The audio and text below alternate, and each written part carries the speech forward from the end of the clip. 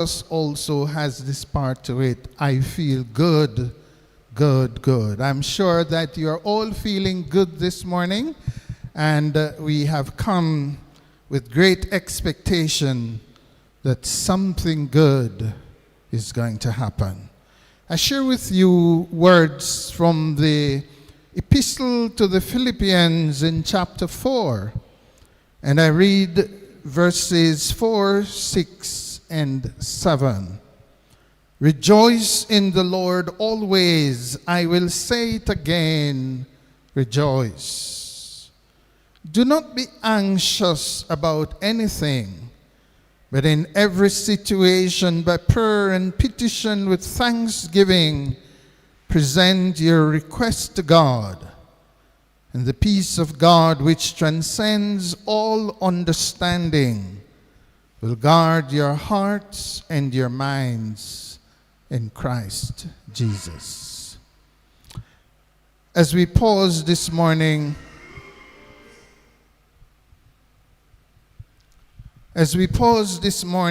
to reflect, the word that jumps out at me, and it's anxiety. And the text challenges us this morning not to be anxious. Do not be anxious. Could you just pause on that for the moment, please? Just leave that system for the moment. Thank you. Do not be anxious. It's difficult to tell you as you prepare at this level for the semifinals and everyone wanting to be in the final, to tell you not to be anxious. Anxiety is going to be a natural part of your moment and experience. But the truth is, the more anxious you are, is the less you are able to perform. Anxiety limits your ability to do what you have prepared for. So once you have, and I have no doubt that you have prepared yourselves well for this moment, so you must come with boldness, with confidence. But the text says, on your own is not enough. You're to place yourselves into the hands of the Lord. Put your confidence in God. Having prepared, and you are now ready for the semifinals, this moment that will take you into the finals of this debating competition, place it all into the hands of the Lord. And at the end, you will rejoice. At the end, the peace of God will be with you. 2 of the 4 teams will go on after today. So it's natural that you're going to be anxious about which 2. The best way forward, place it into the hands of the Lord and let Him give you the confidence to go forward and do your best. Let us pray. God our Father, we lift up before you all the competitors this morning. We place before you the judges. We place before you, Lord, the coaches of the teams and all those who have put much work into this moment. Allow the power of your Holy Spirit to guide them. Give them, Lord, the calmness of mind and spirit, the confidence to know that they have prepared well. And now they must go forth with boldness and confidence. Let the power of your Holy Spirit guide them. We pray in Jesus' name. Amen.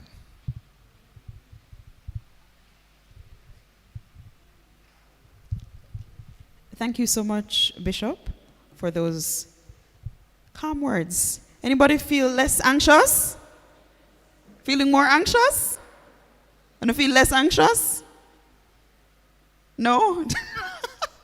Well, I will tell you something that I learned from a random show I was watching on Prime Video. They said that anxiousness is a way. Calm yourselves and do your best. That is what I will share with you today. At this time, I would love to give you a little reminder, or informing you rather, that we have beverages and sandwiches available in the cafeteria, right as you continue along there, and you head straight along the wall along there. You'll come up to the front part of our campus, and the cafeteria is located below the offices that's there. All right, so if we're feeling a little bit weakish and a little bit peckish, we do have some refreshments available. All right. Next on our program is Mr. Michael Malcolm, our acting vice principal. He's coming to give us greetings. Please welcome him with a clap. Thank you very much, Mrs. Campbell. Good morning, everyone. Welcome to Bethlehem Moravian College. I hope that on your way here, you did not get lost, or you did not decide to follow, what's it called, Google, GPS. That's what it is called, right? That thing will take you all over St. Elizabeth instead of taking you to the college. We discovered that some time ago.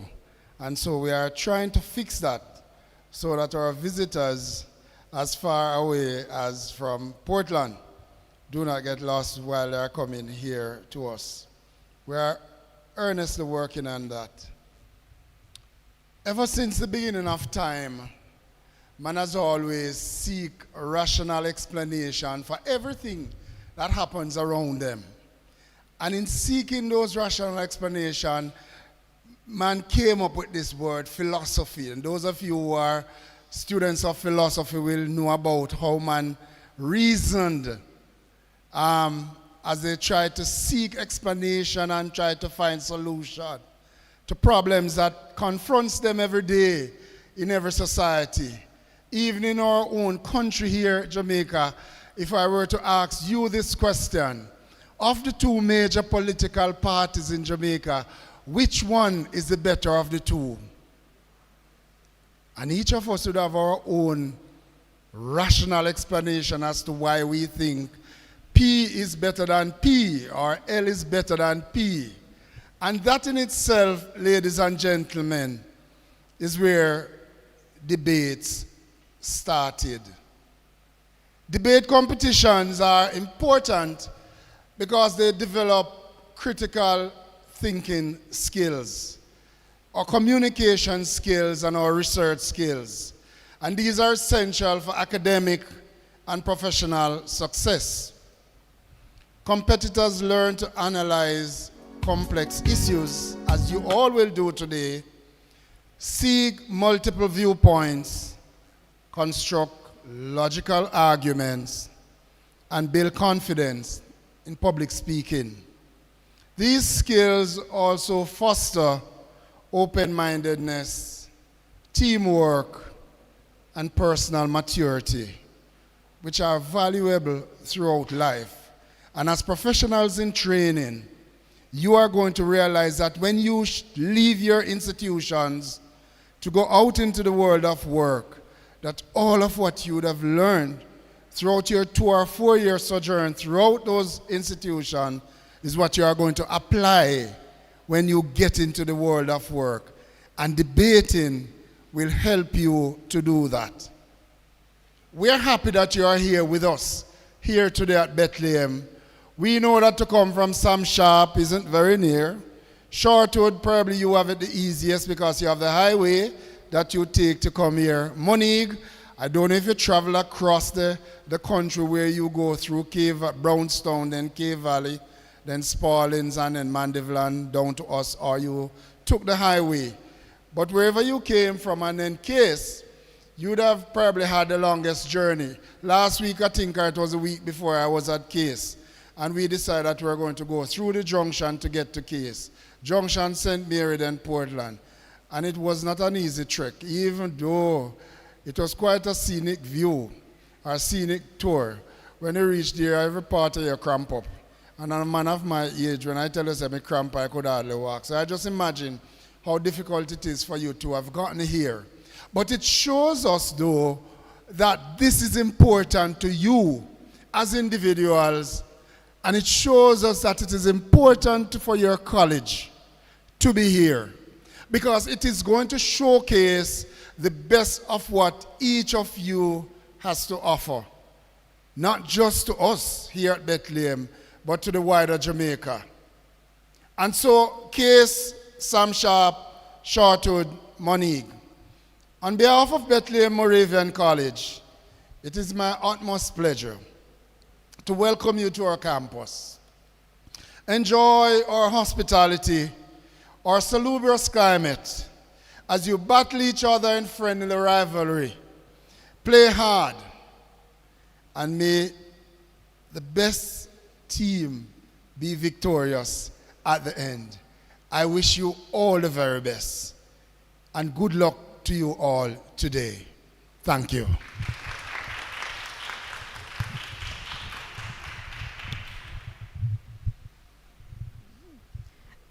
Thank you so much, Mr. Malcolm. We're still nervous? Guys, come on. All right, so hopefully this next item will help to somewhat alleviate the nervousness. I'm now going to invite one of our students, Mr. Antoine Robinson, to come and grace us with an item that will hopefully help to relax you all a bit more. Good morning again, everyone. Good morning, everyone. All right. I climbed up to the highest mountain, looked all around, couldn't find nobody.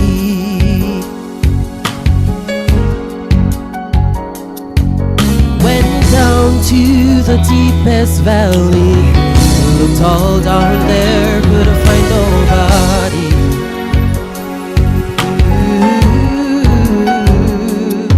I went across the deep blue sea, couldn't find one to compare to your grace, your love, your mercy. Nobody greater than you.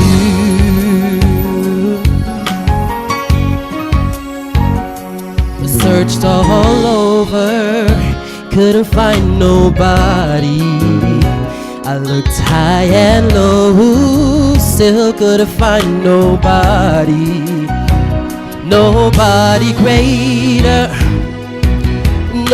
greater, Lord, nobody greater than you.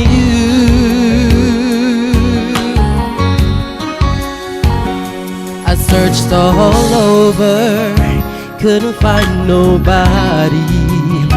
I looked high and low, still couldn't find nobody. Nobody greater, Jesus, nobody greater than you. Nobody can heal me like you can. Almost Holy One, you are the great I am. Awesome in all your ways, and mighty is your plan. You are he who carried out redemption's plan. You are he who carried out redemption's plan. Searched all over, couldn't find nobody. I looked high and low, still couldn't find nobody. Nobody greater, Jesus, nobody greater than you.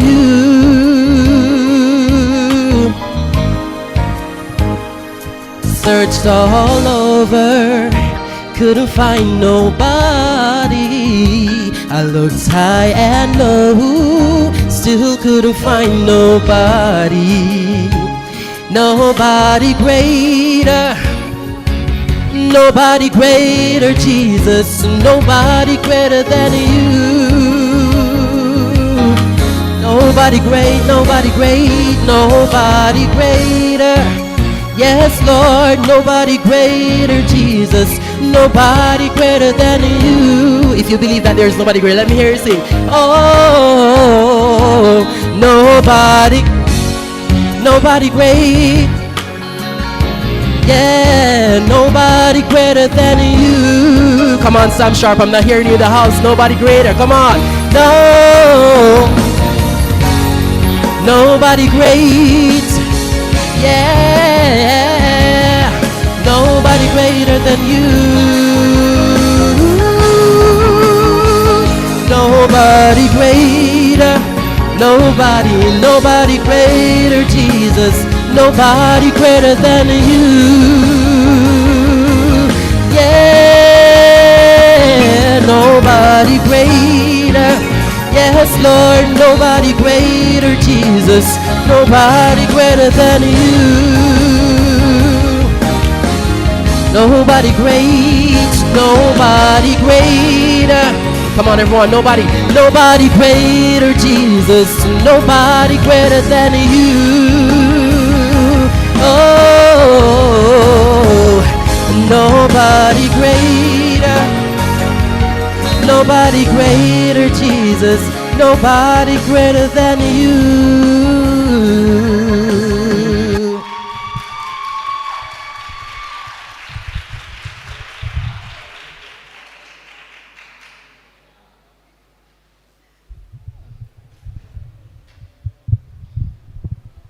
Thank you so much, Mr. Robinson, for gracing us with that gracious reminder that there is nobody. At this time, we are getting into the serious bits of today's proceedings, and I perceive that that is the part that you all want to get going.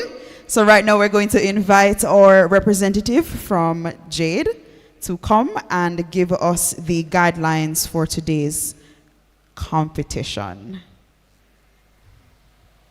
Oh, we're asking if you can come closer to the front. Oh, the teams. Okay, yes. Oh, the teams. Sorry, I'm really bad at lip reading. So we're going to invite the teams to make their way up as well. So the representatives from CASE and the representatives from Sam Sharp. Yes, ma'am, make look nice for the school. Come on. Go! All right. All right, so the representatives are making their way up. So these are our representatives from CASE and the representatives from Sam Sharp.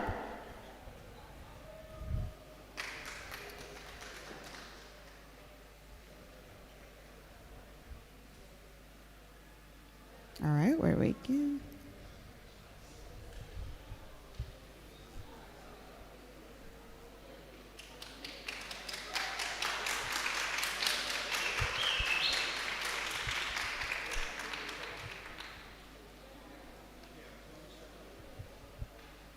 All right.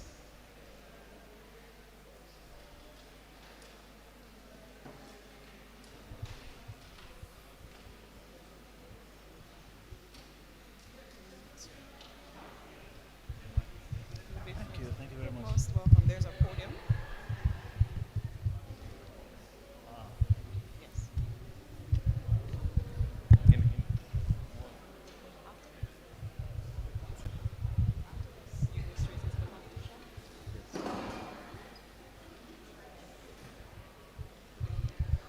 Good morning, ladies and gentlemen.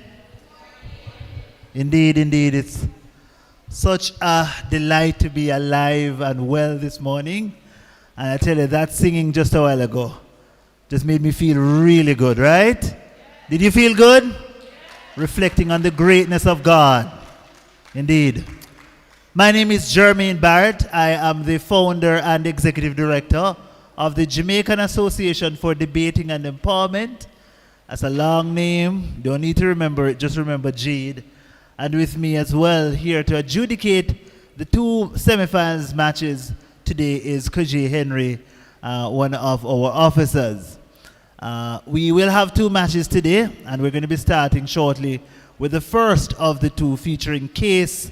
That's the College of Arts, Science and Education, and they're going up against, so they're from the east, they're from Portland, and they're going up against Sam Sharp Teachers College. Does anybody know where Sam Sharp is located? Yes, St. James, right? Indeed, named after our national hero Sam Sharp, and yesterday, of course, we would have celebrated Heroes Day. So I'm going to describe to you now what will transpire in the matches, and then we will get the matches started.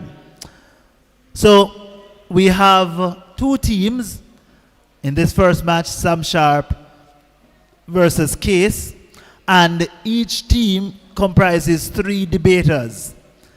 Each debater will be speaking for a different amount of time. So we're going to be having the first debater on each team speaking for 7 minutes. Then the second debater will speak for 6 minutes.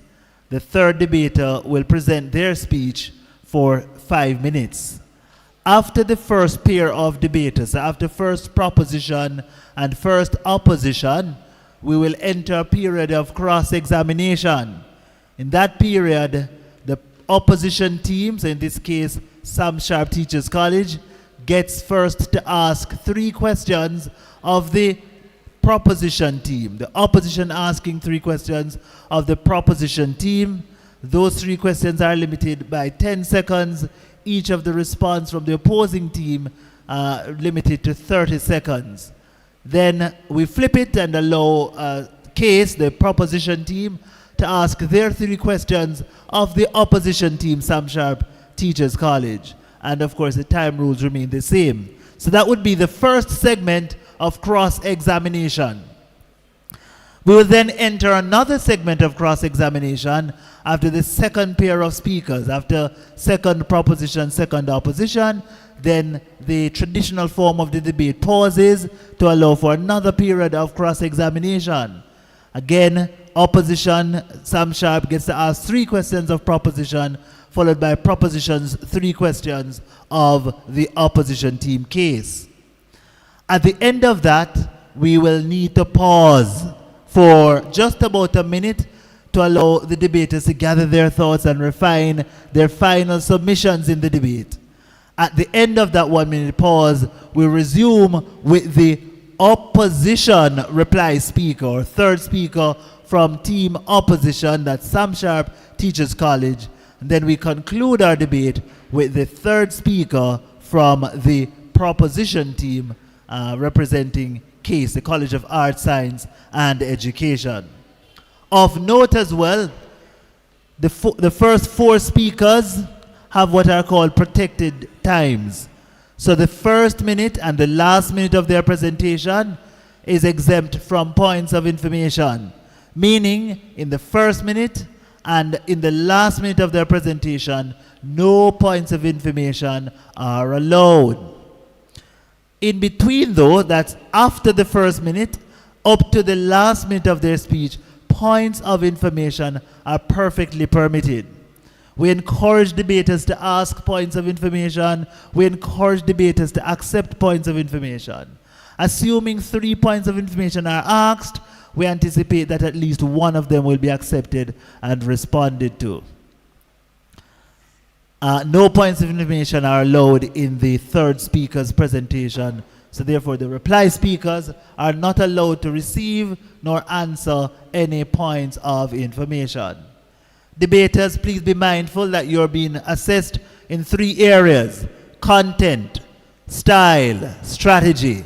So the content of your speech is exactly what you say, and the logical arrangement of the ideas, reflecting on things like peel or claim warrant impact. Both of them are the same. Judges will be looking for that. Then when we talk about style, are you confident? Are you demonstrating conviction? Yes. Are you looking at the audience? Yes. Are you looking at the judges? That's what we mean by style. Yes. Bad style is to hold your head down and read continuously. Bad style is to talk with a monotone. Yes. Bad style is to seem nervous. You don't want any of those things to characterize your speech. And then finally, strategy. We're talking about use of time. Are you speaking for the allotted time? Are you structuring your speech such that there's great prioritization of the arguments that are presented in your speech? Are you accepting points of information at the appropriate points in your speech? Are you accepting too many points of information or too few points of information? And final thing to note, content is graded out of 50, style is graded out of 30, and strategy graded out of 20. That amounts to a maximum score of 100. Okay? Do we have any questions, debaters? Audience, this is a public debate. So we don't want it to sit and be very quiet. We don't want it to be disruptive either. So if you hear something with which you agree, you will shout, "Hear, hear." Let me hear you say, "Hear, hear." Good. And when you hear something likely from the opposing team that you don't support and you disagree with it, you know it to be nonsensical, I want you to shout, "Shame." Shame. Good. Now I want those interjections to be short and sharp, not to disrupt the debate, but be as loud and as engaging as you can be. All right? All right. Now that we've gone through the rules, I will now take my seat and commence the debate.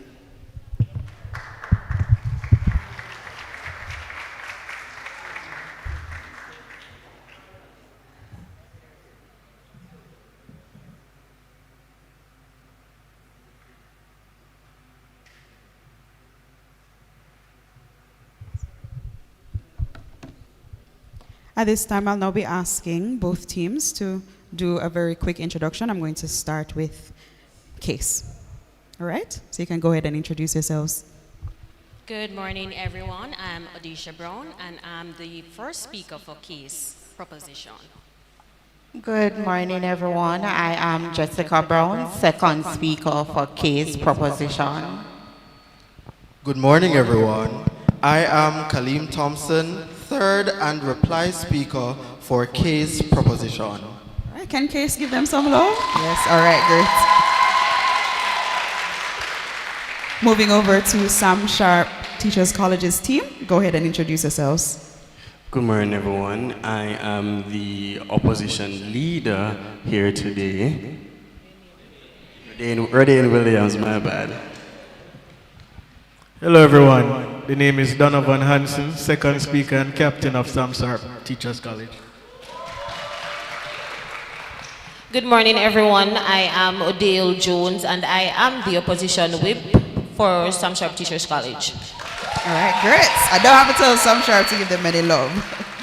All right, everyone is in place, and I believe that we can now begin.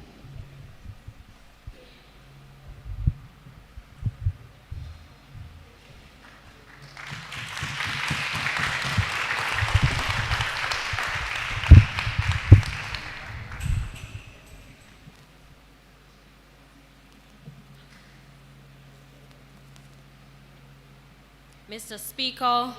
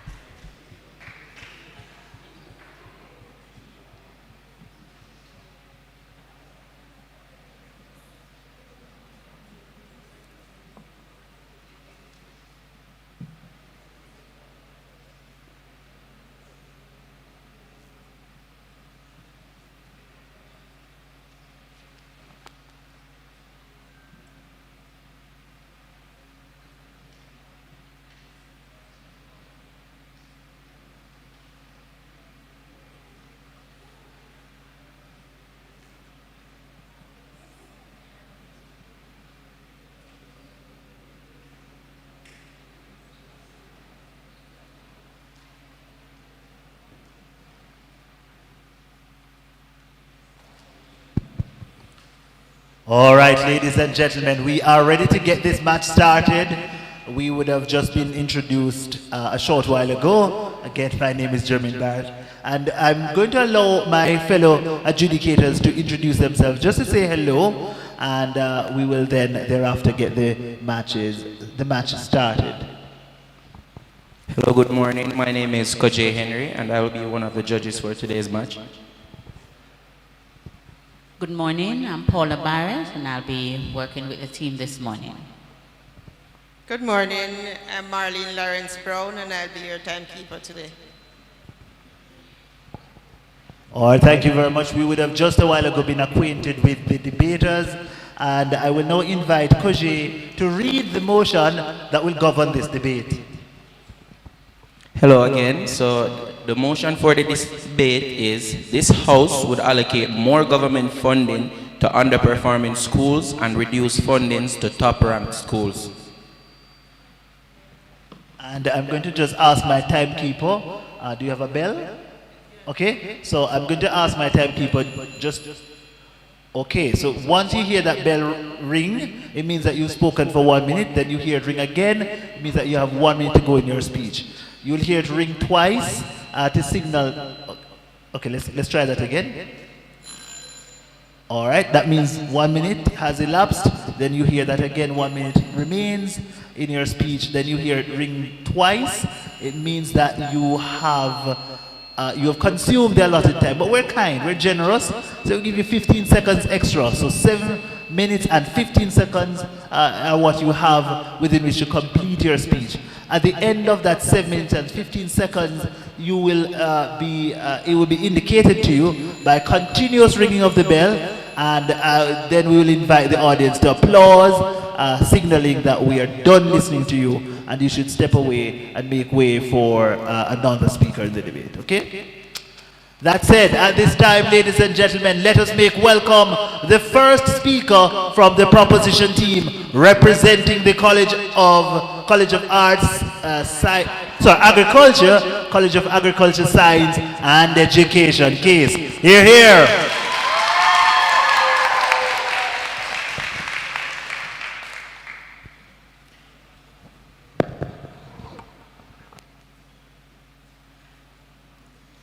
Mr. Speaker, worthy opponents, ladies and gentlemen, good morning.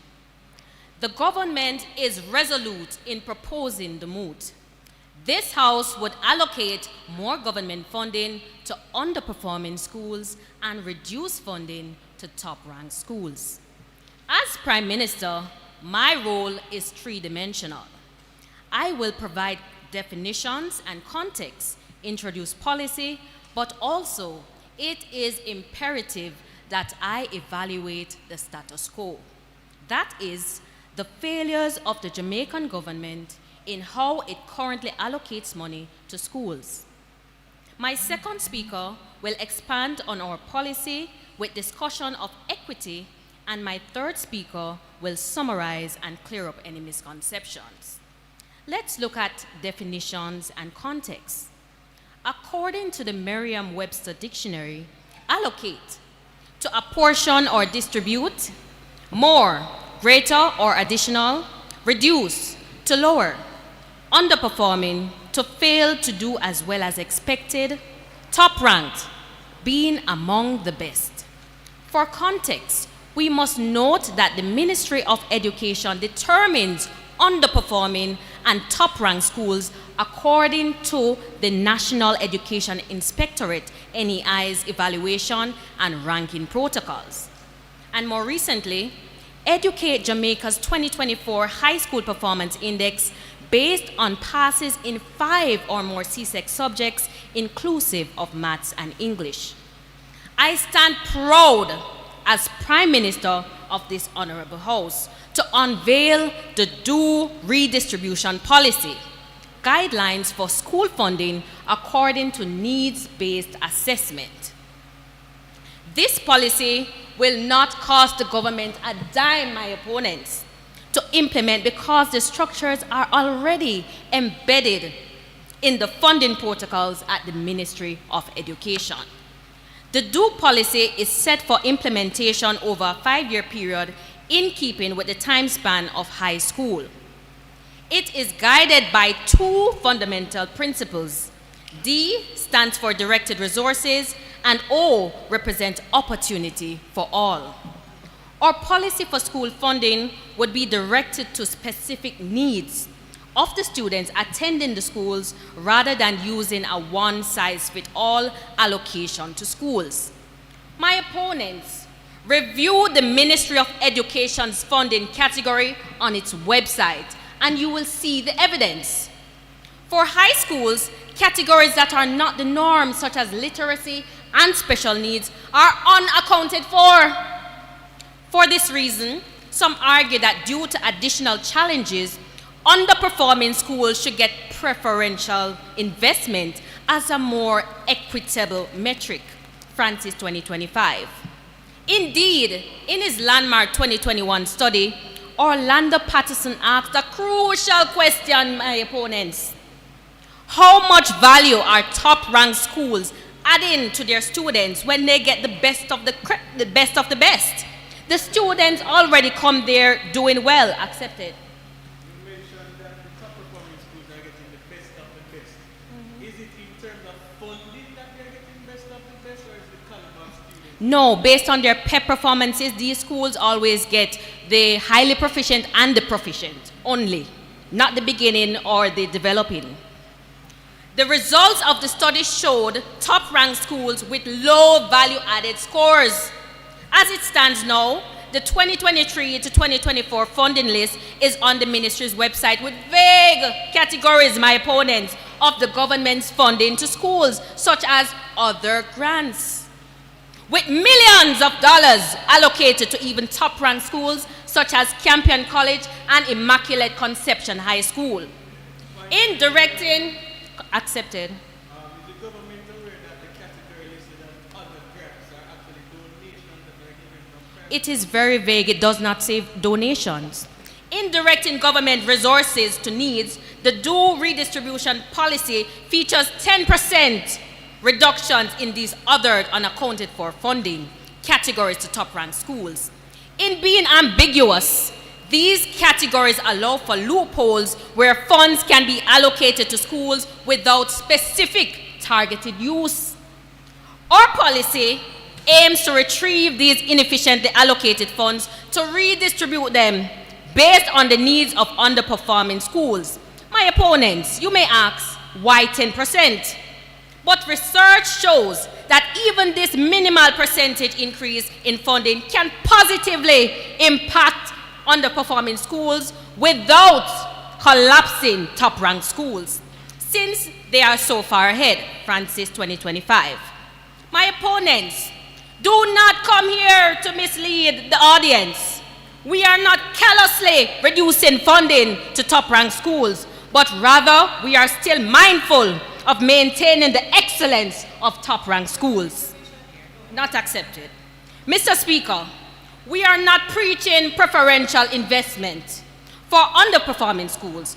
Under our policy, all stakeholders will benefit, both top-ranked and underperforming schools, as they will be called to greater efficiency in better needs analysis, surveying, and managing funds. We can continue to pour unaccounted for resources into schools that already shine, or we can retrieve those resources and invest in those who need it most. By allocating more government funding to underperforming schools, we are not dimming the stars, my opponents. We are simply helping underperformers to shine. When classrooms leak, when students share broken decks, and when there are no fundamental labs or functional libraries, learning becomes an uphill battle. Let us do something, pun intended, about the problems with government funding. I rest my case. Thank you.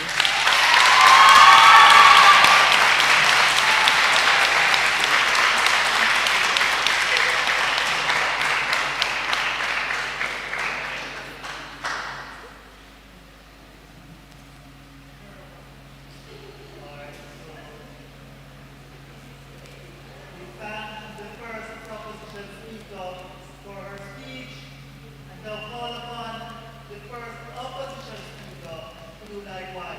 Hear, hear.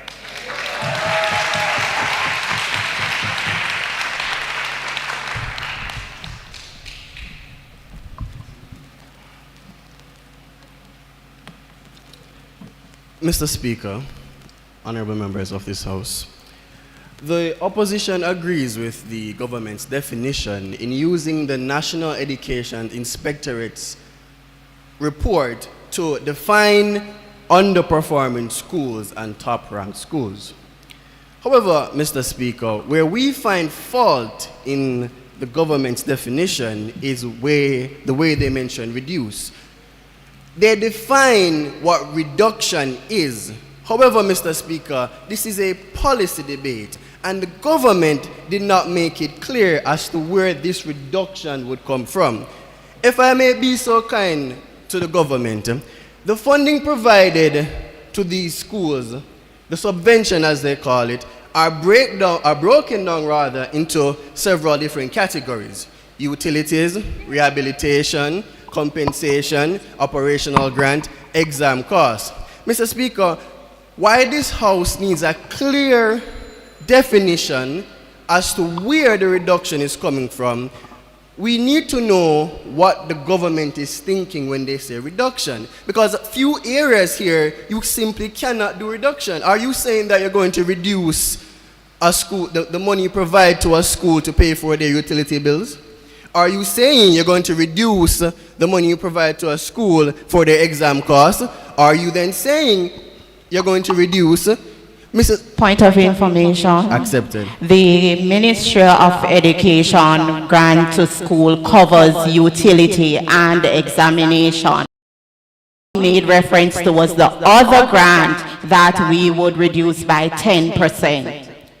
Thank you for that point of information. Once again, we are asking, what is that other grant? There's not just one other grant. The other grant section that you're mentioning is provided to the schools by their donations. The money provided by the government is broken down once again into rehabilitation, operational grant, exam costs, compensation, and utilities. Which area is the government looking to reduce?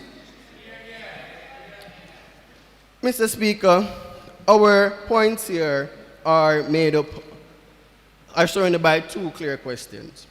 Simply, are the funds that are currently being offered to these schools being used in the most effective way to ensure high performance? And if so, why then don't we look to alternative, more creative measures to fund these underperforming schools? Mr. Speaker, underperforming schools, they need leadership, accountability, and better utilization of resources, not simply more money. Without addressing these key factors, Mr. Speaker, the money will likely go to waste. Not accepted. Furthermore, Mr. Speaker, if you reduce the funding that you provide to these top-ranked schools, you run the risk of damaging a culture of excellence established in Jamaica, Mr. Speaker. Instead of trying to bring these schools down to the level of mediocrity, why not boost other schools up to their level, Mr. Speaker? Our second speaker will then continue by highlighting how funds can come from creative measures, not top-ranked schools. He will then highlight that government has a legal and moral obligation under the Education Act to ensure equity without dismantling quality. Mr. Speaker, once again, referring back to the National Education Inspectorate report in 2023, it shows where schools that were deemed unsatisfactory were receiving per student subvention, or rather operational grants, comparable or larger than those schools that were deemed satisfactory. Mr. Speaker, this then says that it was not a matter of the size of the check, but rather how it was being spent. Once again, Mr. Speaker, these underperforming schools, as outlined by the Patterson's report, are lacking in leadership, accountability, and better utilization of funds. We are then saying, instead of adding more money to a failing system. Let's correct this problem. Let's issue leadership training so that these teachers and these leaders are better able to manage the schools that they operate in. Let us issue accountability measures for these institutions, Mr. Speaker, and teach them how to better utilize the fundings that they have. Then and only then we should be talking about increasing the funding. Additionally, Mr. Speaker, once again, as I previously mentioned, the schools like your Campions, your Immaculate, and your Arden, they represent a culture of excellence in Jamaica. They market Jamaica on the international scale. They say, hey, good quality can come from here. Mr. Speaker, why would we then seek to risk tampering with that culture of excellence, Mr. Speaker? We have studies abroad that shows countries that have an elitist schools that produce top excellence across the board, but also they're able to have good performance across the board. We can look at Singapore, Japan, we can look at Finland, where you have those elitist schools like what we'd have in Jamaica with your Campions, your Arden, and your Immaculate. And they still produce top quality across the board. Mr. Speaker, what we are then saying, instead of tampering with excellence, we should copy excellence. We should seek to look at what these schools are doing correctly and try to replicate it in these underperforming schools. The concern of more money is short-sighted, Mr. Speaker. We need to fix the system before we seek to add more to it. Mr. Speaker, adding more funding to an underperforming school without addressing these key factors first is like pouring water into a basket. It will continue to leak.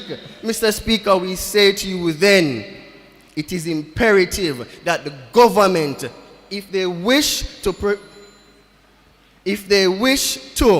improve underperforming school, let us copy the excellence that the top-ranked schools are exhibiting and apply it to these underperforming schools. I thank you.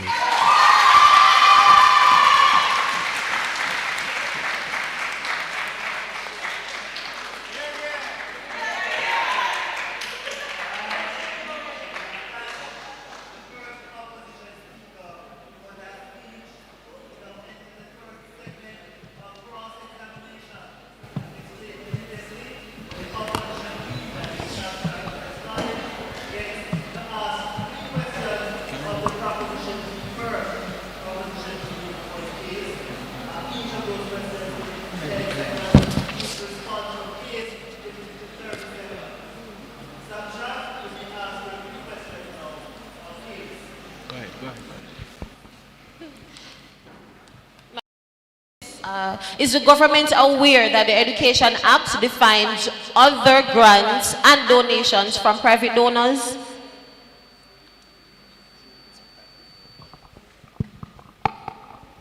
Where on the website does it state? It is not listed, it is vague. It says other grants.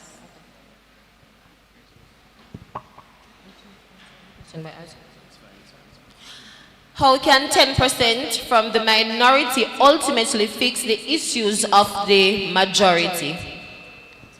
This reduction of 10% can fix the underperforming schools over the course of 5 years with our policy by leveling the playing field and setting a stage for national progress. So, is the government asserting that top performances is not impacted by the current allocations given by the government? Could you repeat that, please? Is the government asserting that the top performances is not impacted by the current allocations that are given by the government? Yes, but additional funding equals additional resources, and additional resources equals improvement over time for underperforming schools.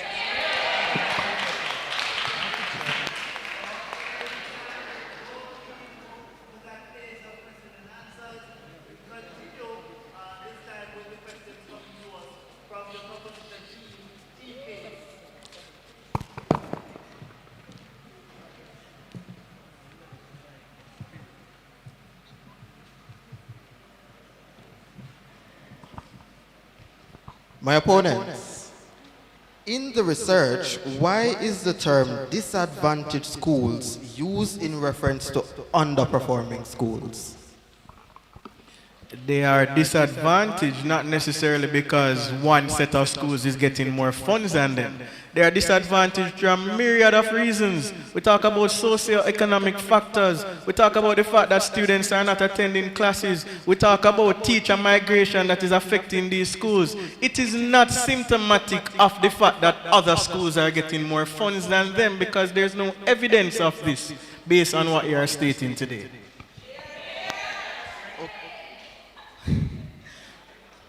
Okay, follow up. You speak about the socio-economic status. How can this gap and the achievement gap between underperforming and top-ranked schools be closed? How do you propose that? Well, currently, ETOC, which is the Education Transformation Oversight Committee, would have given various intervention programs which are currently being implemented to mark success by the Ministry of Education. These are measures that are working. At no point in time, however, was it suggested or asserted that top-ranking schools should be affected by reducing their allocations, because it is unfair, impractical, and goes against the policy of education being a public good. Okay, and my final question. These alternatives that you have mentioned will incur costs. How will you manage that without the additional funding? We have to understand that the government does not operate in a vacuum. And what you need to understand as well is that when you look at government funding, the government funding can come from various platforms, which we have already asserted and will continue to assert. So you can look at public-private partnerships, for example, that will generate funds. What we are discrediting today is that it is simply inequitable and impractical to take it from one school, assuming that it will benefit another.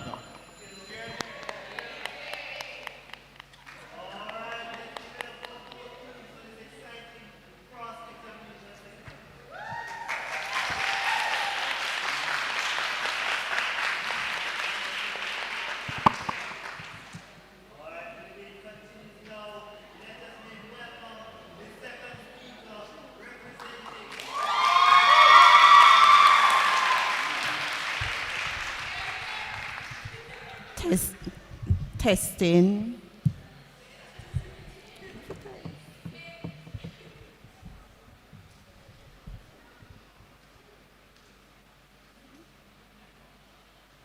Ladies and gentlemen, good morning.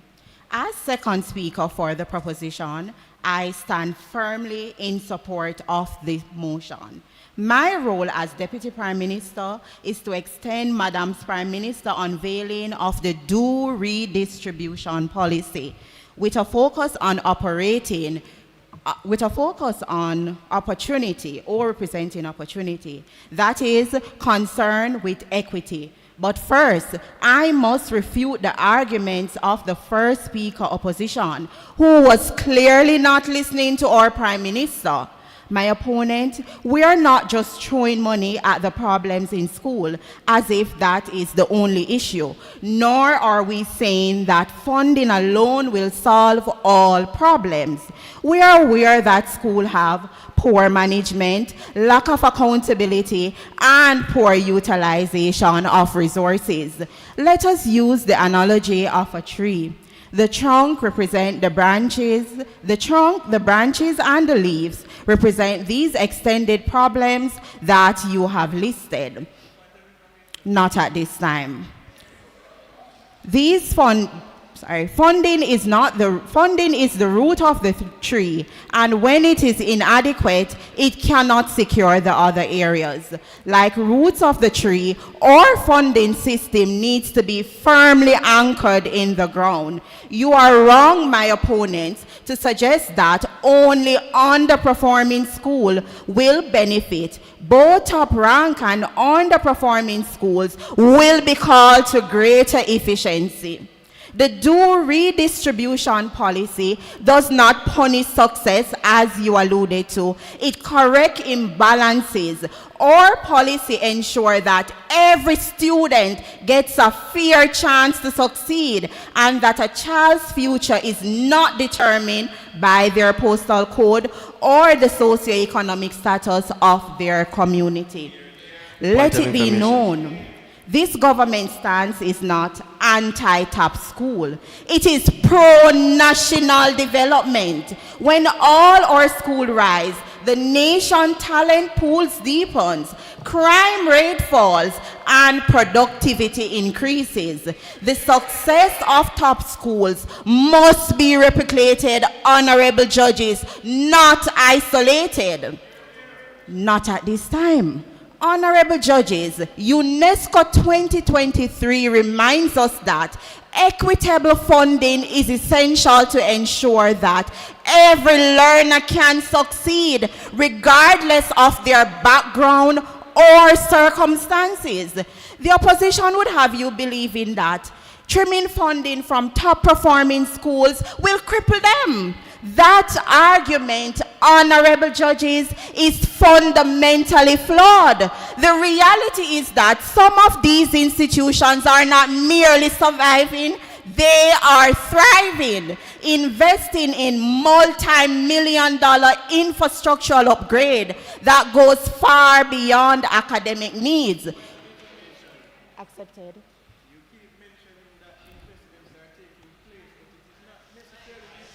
Time, my opponent, you're wasting my time. They are thriving. That goes far beyond academic needs. From a US 550 synthetic running track at Kingston College to $50 million gymnasium at St. George's College. Be reminded that these top-ranked schools are not 100% government dependent due to funding from church, alumni, and private sector. But my opponents contrast this scenario with newly upgraded schools that are 100% dependent on government funding.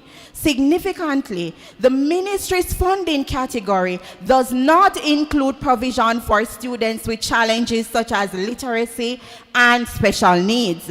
And by virtue of their lower percentile PEP profile of developing, beginning, many of these underfunded schools, many of these students at these underfunded schools are underperforming. Francis 2025. Take the case of an institution such as Pembroke Hall, where there is a lack of funding for a literacy program, despite over 70% of the grade 7 students who are at this school unable to read or reading at a grade 3 level, with some students even struggling to identify letter sounds and alphabet. Many of these students were displaying signs of special needs, for example, autism and ADHD, but they have never been addressed.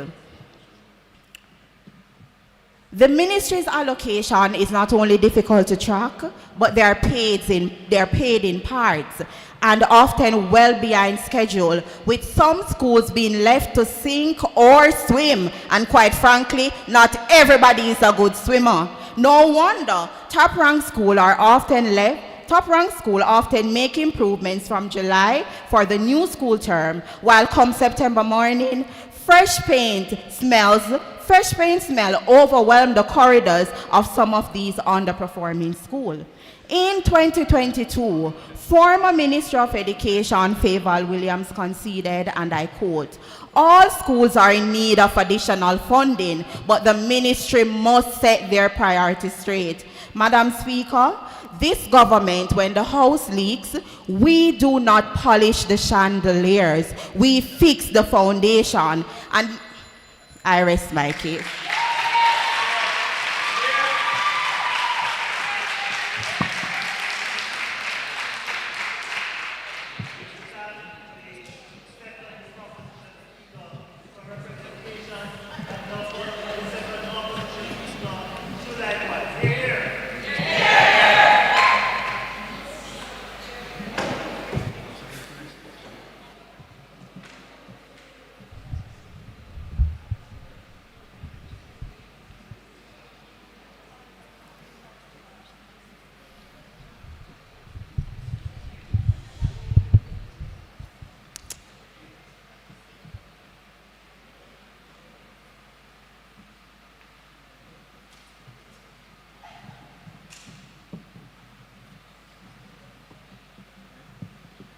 Mr. Speaker, members of this House, the government has come here today making assertions to suggest that top performing schools are somehow receiving more allocation from the government.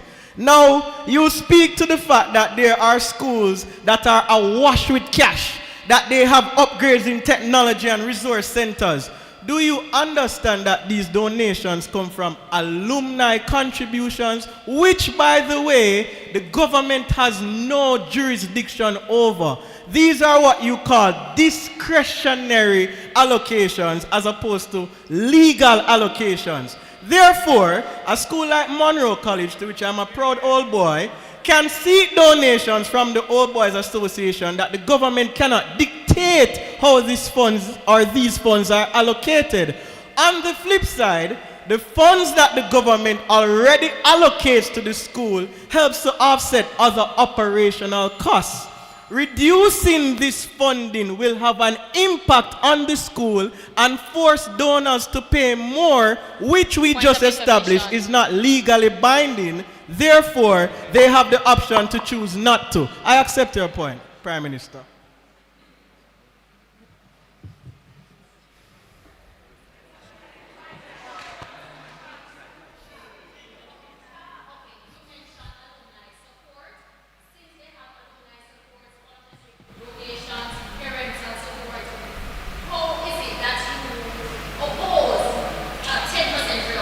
Because alumni contributions are not legally binding to the government. These are discretionary allocations. If the All Boys or Alumni Association decides to restrict funding, the government will have to ensure that their funds continues to come in the increments that they are coming, because it will affect the school. You want some evidence? Okay. Let us take Campion College, for example. Principal Grace Baston in 2019, when the government was supposed to allocate 1.4 million, only allocated 400,000, and the school had to wait months to get the remaining allocation. Parents suffered. The office was bombarded with parents who needed these funds to assist the students. What we have to understand is that even though top performing schools achieve certain metrics in terms of performance, the students and administration still have needs which the government is obligated to satisfy, as education is a public good. Now let me further extend the opposition's arguments here this morning. Now let us look at the same Education Act that we referenced. Now, Section 89, subsection A, Clause 1, speaks to management and supervision of funds by the ministry. Now, reducing funds from one entity is an example of mismanagement. It can be seen as punitive, but we're not going down that road today. What we have to understand as well is the government, according to Section 19 of the same Act, has access to what is called consolidated funds. What does this mean? For someone like me who works and gets paid every month, I pay something that is called education tax. It is the education tax that the government uses to fuel its education regime. Now, there are other social factors that are working well for the government. More persons are employed, which means that the government has more persons that are paying education tax, which ultimately increases the consolidated funds. Let us look at the intervention programs that are taking place now. The government has sought partnerships with private sector organizations in helping to alleviate the cost. What the government has yet to assert, and I'd be very disappointed if they do so, is that we need to take funds from top performing schools. At the end of the day, our opposition leader would have reiterated the point that success also comes through in investment, and the successes that these schools are currently enjoying is as a result of the investment that the government has made. Now, we can stand and we can criticize and we can say, oh, performances are not well and so on and so forth. But if we look at the metrics, where Jamaica is now as opposed to when the Education Act was established in 1980, there has been marked improvement, and you would be flawed in discrediting that fact. I accept your point.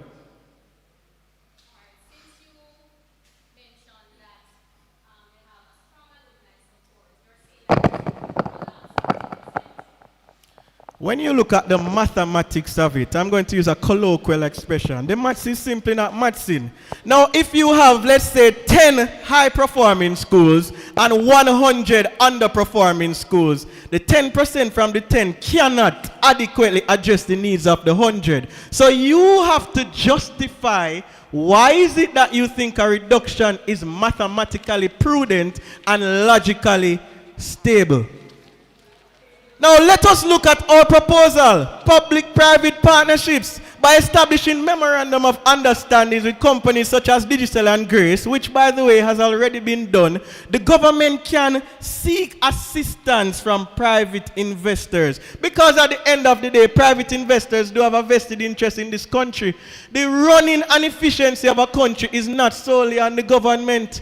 At the end of the day, we have to understand that the collective good of the country comes through collective partnerships. We need to stop blaming the government and saying that the government is not paying attention to one group, while also asserting that another group could be compromised. Ladies and gentlemen, members of this House, the second speaker of the opposition rests. Thank you.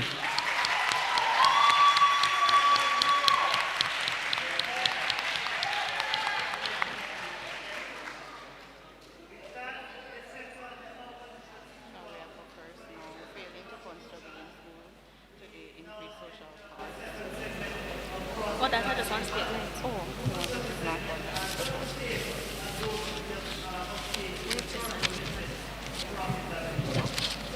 We're asking them, can you explain how underperforming schools are expected to improve without funding if you're unwilling to reduce funding to performing schools? go ahead.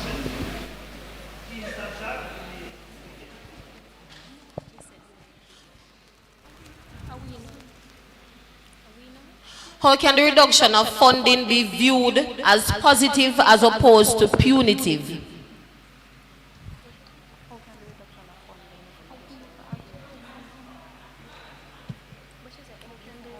Can you please repeat the question? How can reduction of funding be viewed as positive as opposed to punitive? This can be viewed as positive because it shows equity on all platforms.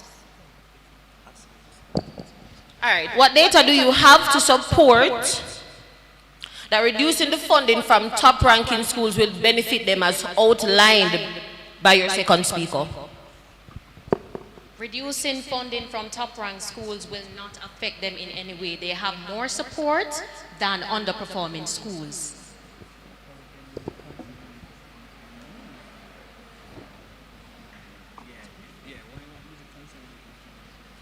So why not use the consolidated funds that are available? My opponents, the funds earmarked by the Ministry of Education, in particular the consolidated fund, does not necessarily go towards school. When we assess the ministry's document, it shows that only a portion of this money goes directly to schools. The other portion goes towards investment and upgrading. So therefore, we cannot specifically target the consolidated funds.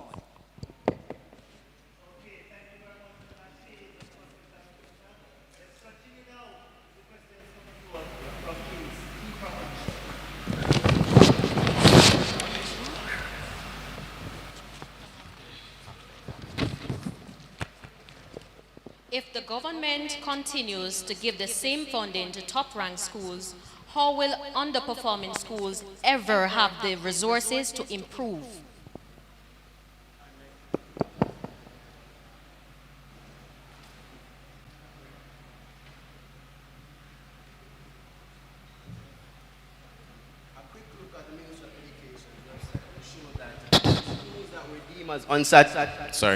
Schools that were deemed as unsatisfactory were receiving subventions greater than some of these top-ranked schools. If you were to look at a school like Campion College and a school like Anchovy, you would see where that school is receiving an operational grant and a resource grant greater than a school like Campion College that is.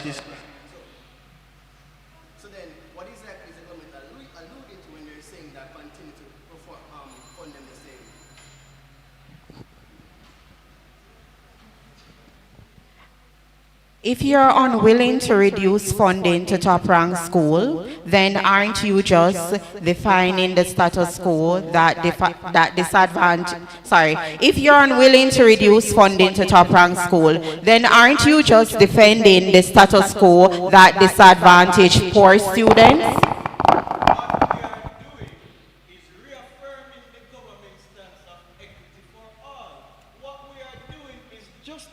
That the excellent performances of these top performing schools must continue to be financed so that we can have greater efficiency. What we are saying is that a reduction cannot be seen as a benefit to one while you are basically impacting the needs of another. It is not equitable and justifiable on the part of a government.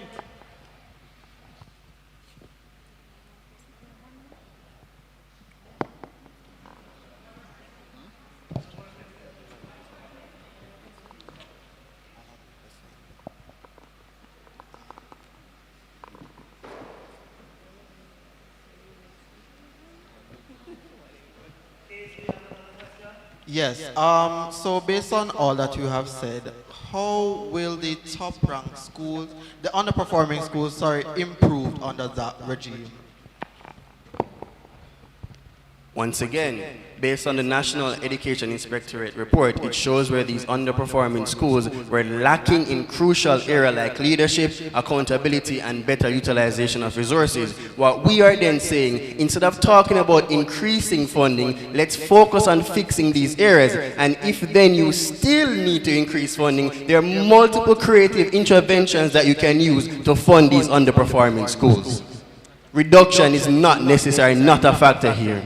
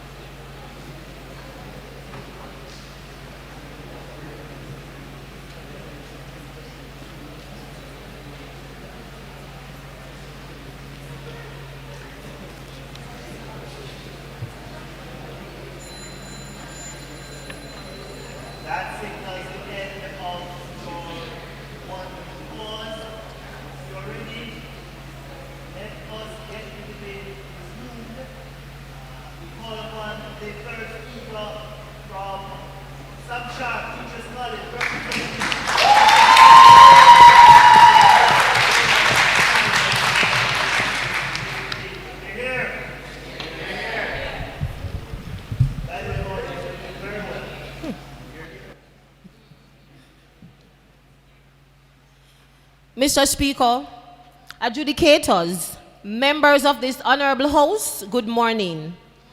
I stand today on behalf of the opposition to restore clarity, logic, balance, as what the government just presented is not a solution, but a series of fallacies dressed as policy. The Prime Minister asserted that redirecting funds help close the gap between high and low performing schools and oversimplification simplification, assuming that giving money will automatically improve outcomes. The gap exists due to leadership, Mr. Speaker, accountability, and teaching quality, not funding alone. The Deputy Prime Minister argued along the lines of equity. Top schools have enough resources and underperforming schools need funding. A false dilemma if you ask me, Mr. Speaker, assuming again that is the only option, reducing funding for top performing schools and give it to underperforming schools. Equity, my opponents, does not mean punishing success. Top schools generate significant funds from alumni and community support. Reducing funding harms excellence without guaranteeing improvement elsewhere. Now let me bring back the voice of reason, Mr. Speaker. If you will allow me, let me remind this House of the strong case presented by the opposition. Firstly, our leader exposed the truth behind this motion. It is a failure in disguise. Many underperforming schools, he asserted, get ample funding, yet results remain poor. The issue isn't money, therefore, Mr. Speaker. It is leadership, accountability, and management. Instead of punishing success, let us replicate it. Train principals, empower teachers, and build strong communities, build strong school communities.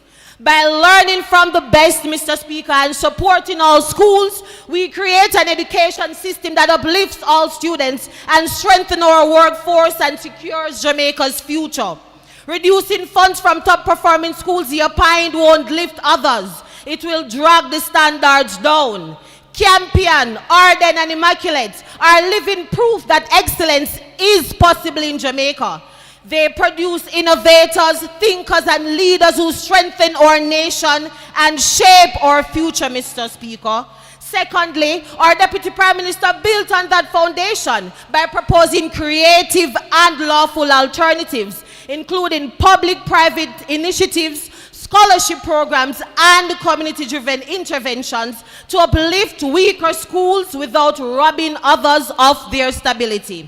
He also reminded the House that the Education Act provides clear legal boundaries. The 2018 Campion College CAP funding controversy stands as a warning, my opponents, stands as a warning of what happens when governments ignore the boundaries. Chaos, confusion, and lest we forget, courtrooms.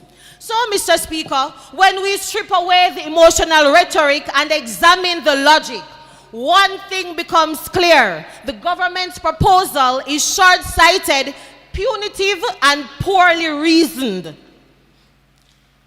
My opponents, are we going to punish success and drag our schools down? Or are we going to nurture excellence and lift every school up to their full potential? The opposition does not protect privilege, Mr. Speaker. We replicate achievement and create opportunities for all. A strong education system is built by learning from the best and empowering the rest. For fairness, for progress, and for Jamaica's children, we urge this House to reject the government's motion and stand with the opposition. Mr. Speaker, the opposition rests.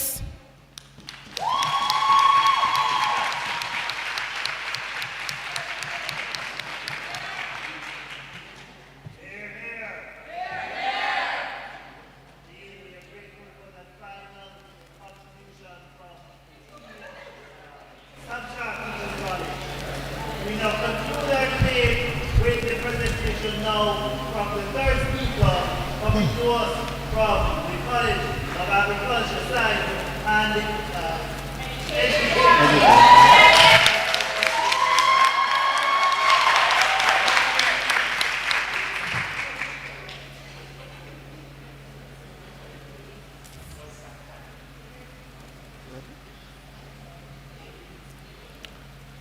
Good morning to you all. Mr. Speaker, it seems the opposition is equating this motion to a Robin Hood scheme, or robbing from Peter to save Paul. We are not taking from the rich to give to the poor. We plan to invest in potential.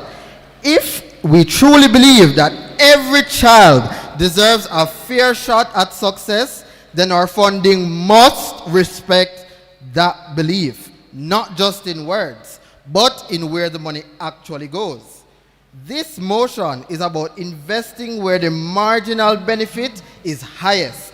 A dollar invested in struggling schools yields far greater educational and social returns than a dollar spent on schools that are already performing above national benchmarks. Ladies and gentlemen, as the proposition's third speaker, my task is twofold: to rebut the opposition's weak arguments and restate our stance.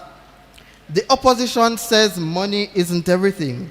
True, but try running a school without it. I must address the second and reply speaker's confusion between equality and equity. They seem to think giving every school the same amount is fair. But equality means everyone gets the same, even if some starts miles behind. Equity, on the other hand, gives each school what it truly needs to succeed. So when we allocate a bit more to those behind, it is not bias, it is balance. And clearly, Mr. Speaker, that's a concept the opposition no master yet. My opponents, your argument is flawed. The opposition first and reply speaker boldly declared that we are trying to punish top achievers. Punish them? Really? If trimming just a mere 10% from an already abundant budget is punishment, then by that logic, charity must be a crime. 257 schools, were identified by the NEI as underperforming, and there are currently over 1,000 schools registered in the Ministry of Education. So that analogy about 10 and 100 no make no sense. This is not about tearing anyone down, it's about lifting others up.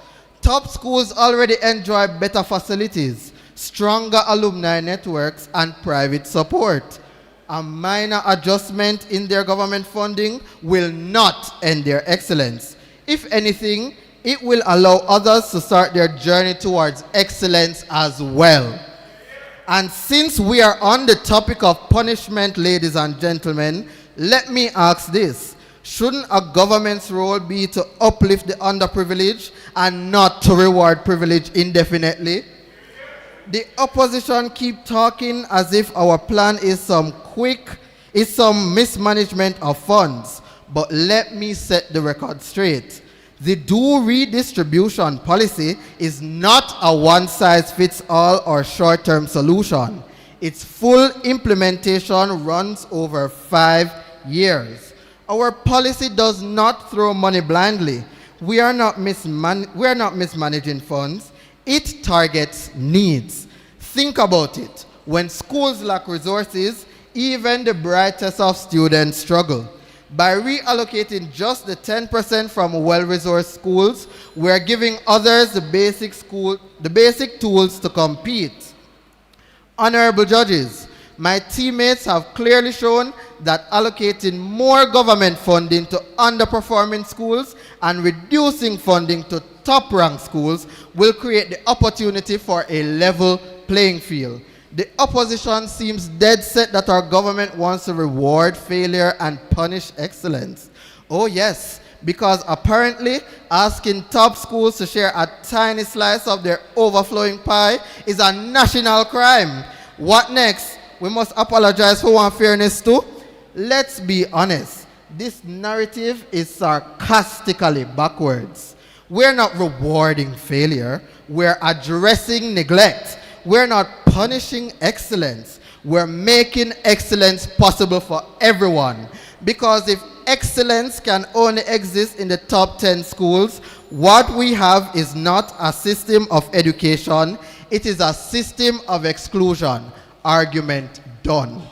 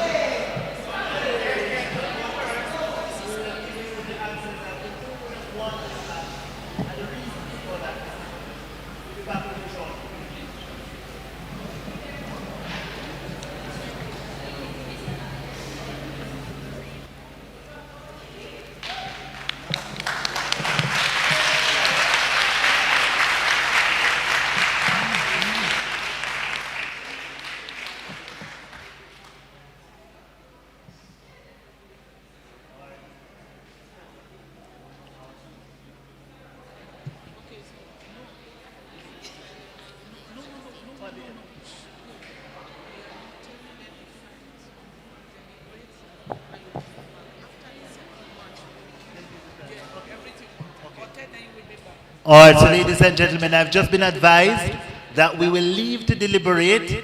When we return, we will resume with the second match, the second semi-finals match. We will not give the oral adjudication report immediately after deliberation. At the end of the second semi-finals match, then we will give the report for both matches. All right? Thank you very much.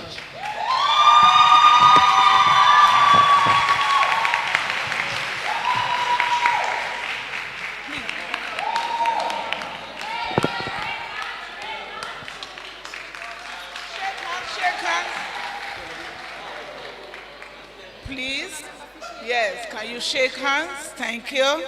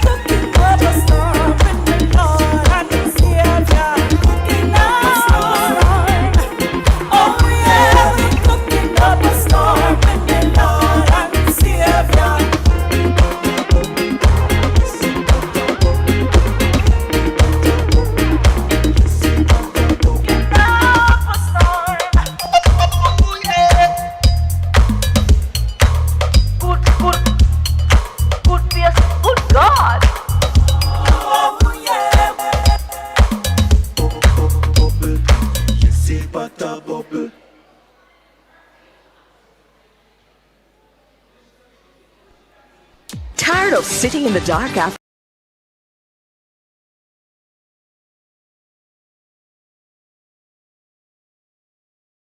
you can run your 110 volt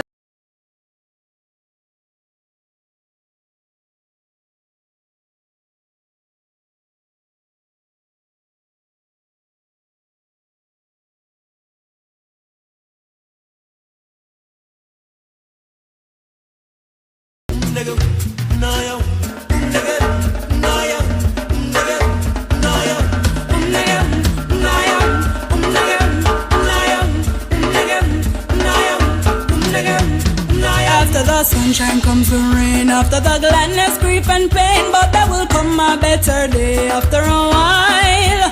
We must keep pressing toward the goal, seeking the homeland of the soul. If we have joy that near decay after a while, after a while, after a while, glory is waiting over there after a while, after a while, after a while, oh, we shall have joy beyond compare after a while, after a while, oh, after a while, glory is waiting over there after a while, after a while, oh, after a while, yes, we shall have joy beyond compare after a while.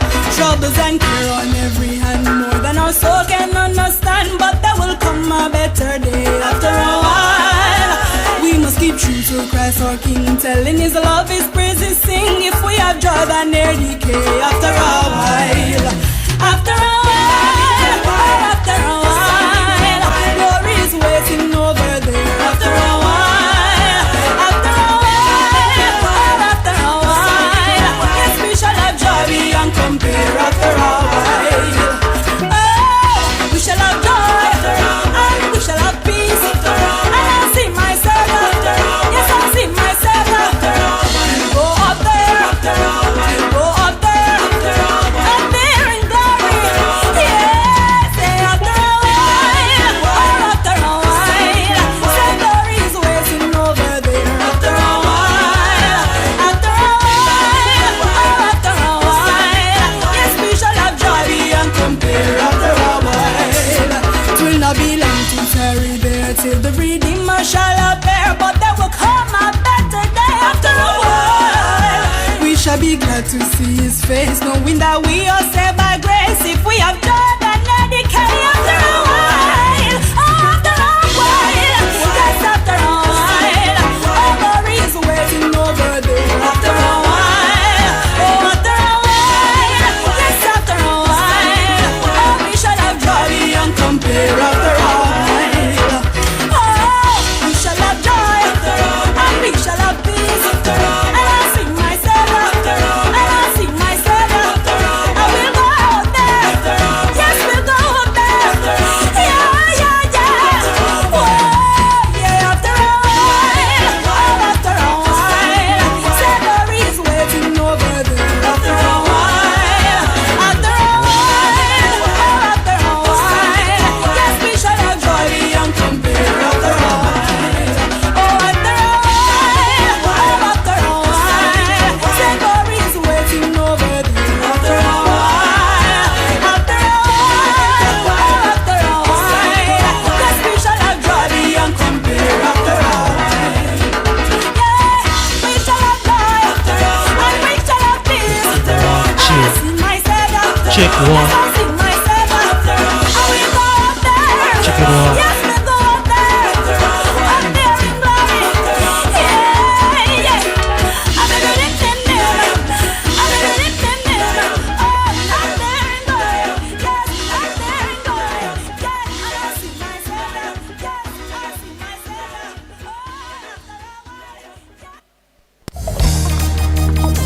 The people that will love Jesus.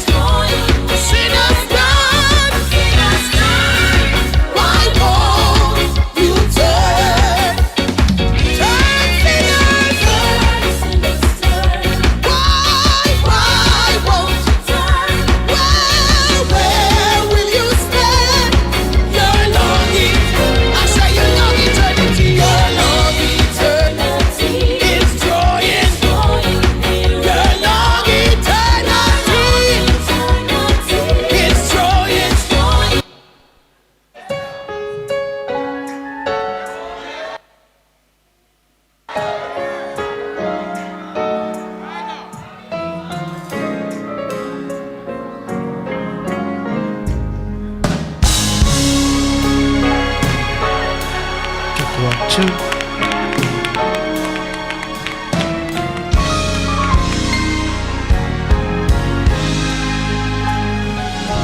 Test it.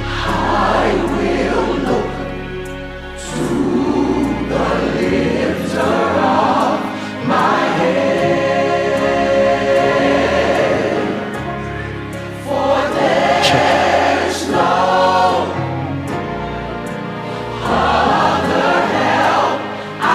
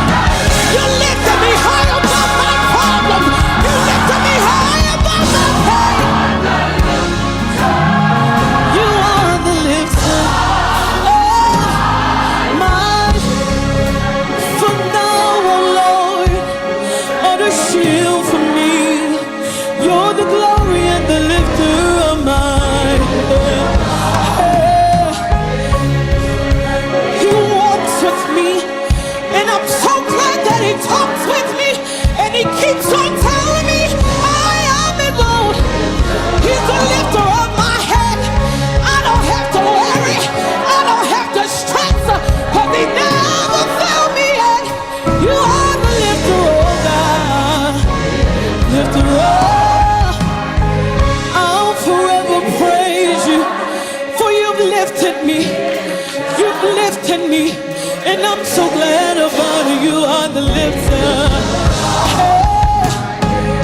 When sickness struck my body, and they said I never get well, you came and you healed me. I know you're the beater. Lifter of my. Come on now, somebody lift your hands if you think you lift up. Can you lift your hands and give God praise?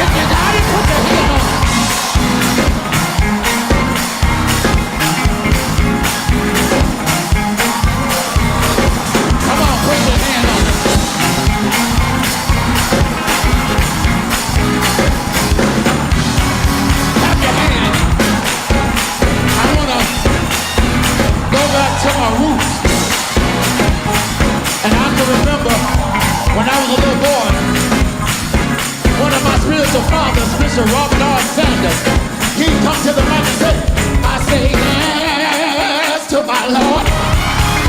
I say yes to my Lord. He's done great things. He's done great things. I say yes. Come on, say it.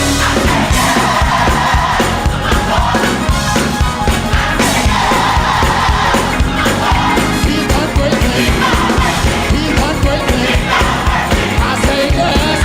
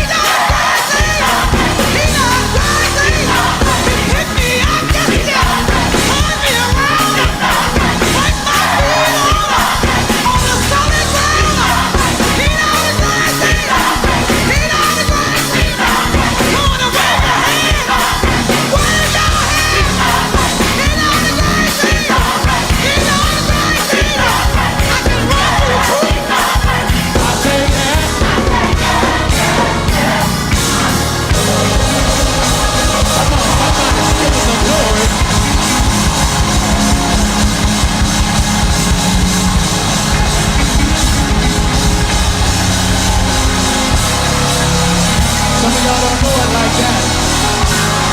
Some of y'all don't know it like that.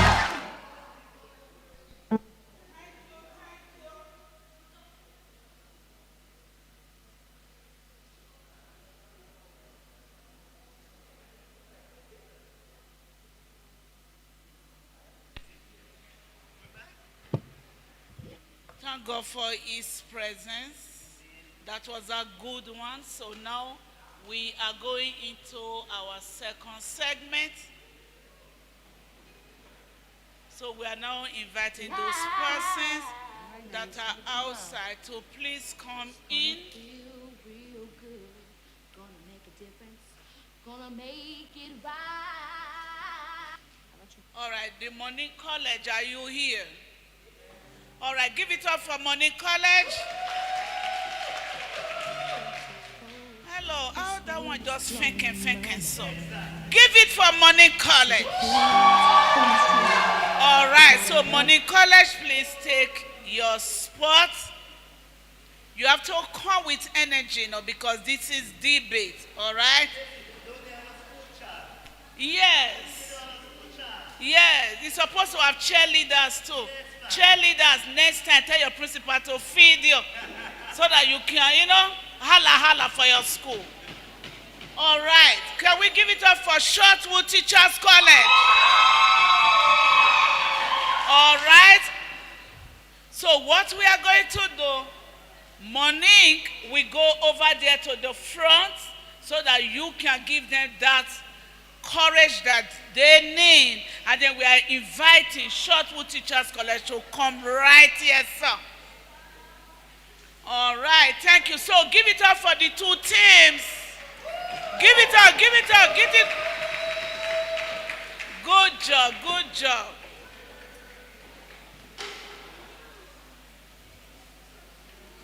All right, so at this moment, I'm now going to hand over to Jeremy from Jade, who will now take us from here. Thank you.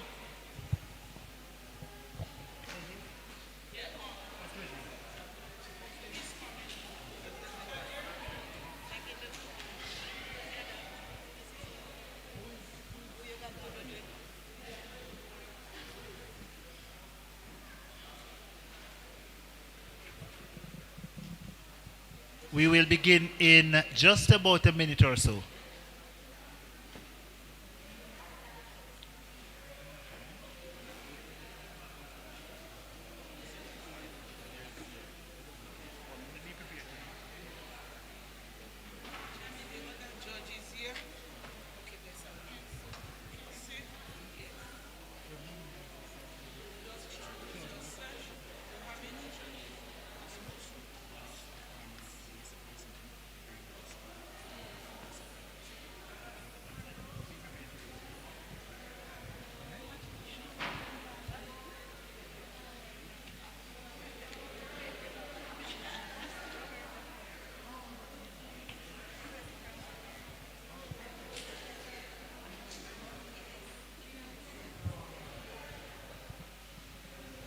Ladies and gentlemen, we are ready to begin our second semifinals match. This one features two Titanic teams. We have on the proposition side the team Moneague College. And equally strong, equally competitive, we have the team from Shortwood Teachers College. So this features a battle between the parish of St. Anne, where Moneague is from, going up against the parish of St. Andrew, where Shortwood Teachers College hails. All right, ladies and gentlemen, my name is Jermaine Barrett, and I'll be the chair adjudicator for this match.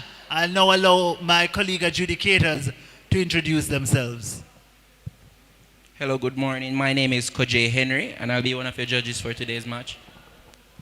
Good morning. I'm Roberta Miller, and I'll be one of the judges for today's match. Good afternoon. I'm Marlene Lawrence Brown, your timekeeper for this match. All right, I tell you, last match was just so exciting, so intriguing. I expect nothing less from this contest between Moneague and Shortwood. All right, so ladies and gentlemen, let us now have... Yes. We're now going to have you introduce yourself, since you've been familiarized with those in whose hands your fate rests. So let us begin with Moneague College. Moneague, please tell us who you are, in the order in which you'll be presenting the debaters on the Moneague College team.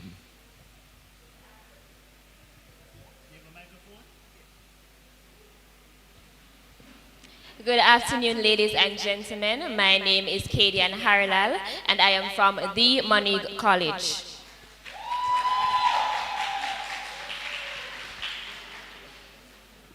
Good afternoon, ladies and gentlemen. My name is Ronaldina Brown, and I'm a third-year student at the Moneague College. Good afternoon, ladies and gentlemen. My name is Orlando Gentles, and I'm a first year at the Moneague College.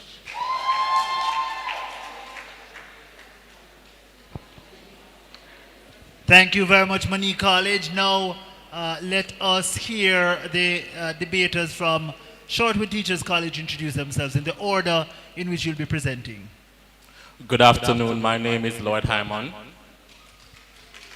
Good afternoon, ladies and gentlemen. I am Janelle Rounds. Good afternoon, ladies and gentlemen. I am Nacia Smith. All right, thank you very much. Now, we can't have a debate without a motion, so I'm now going to ask Koji to introduce us to the motion for this match.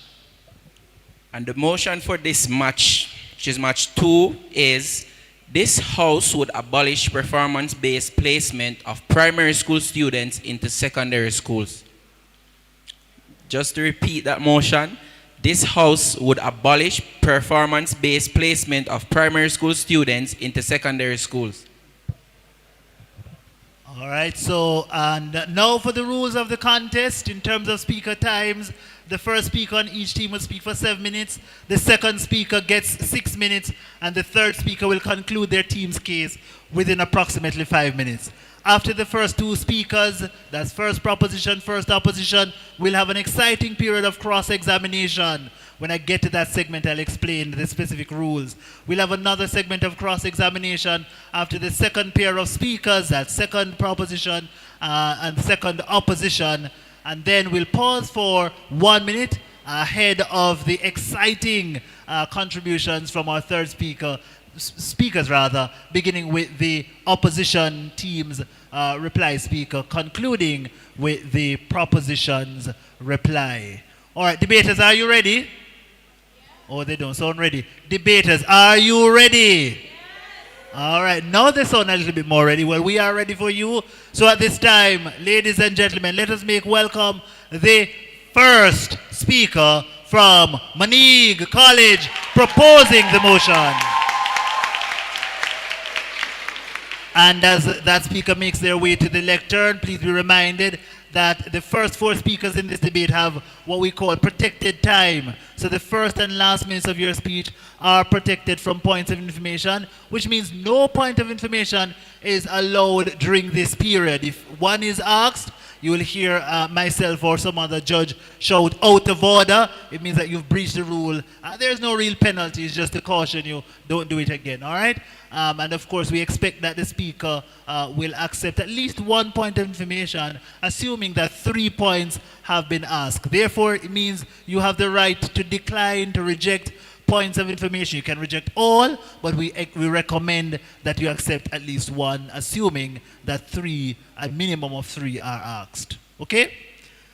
I think I've gone through all the rules, so at this time, let us make welcome the first proposition speaker, again, from Monique College.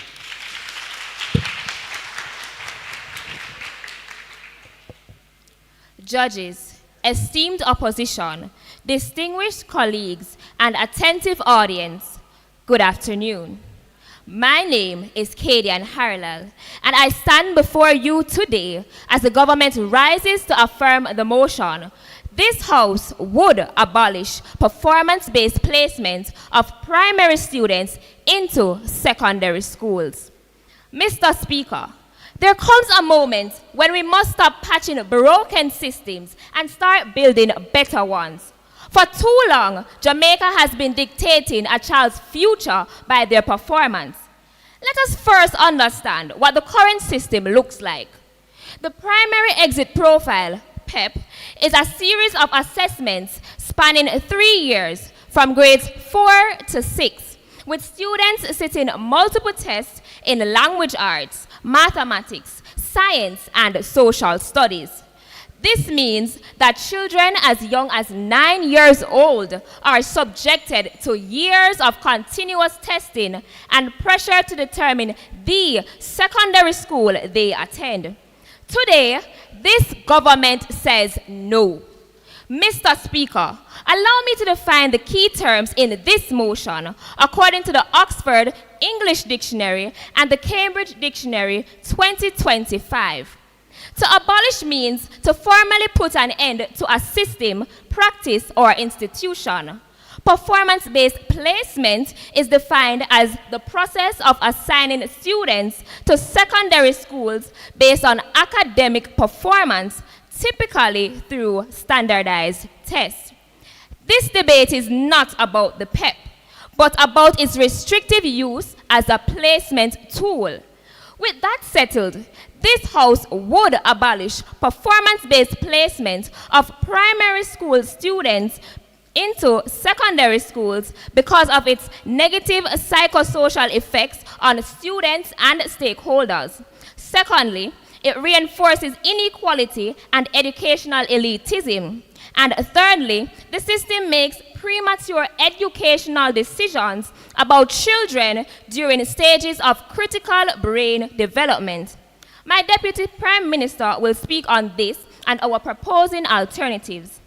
Mr. Speaker, we are not measuring excellence but manufacturing anxiety. The current system is too demanding. It does not test children, it tests families.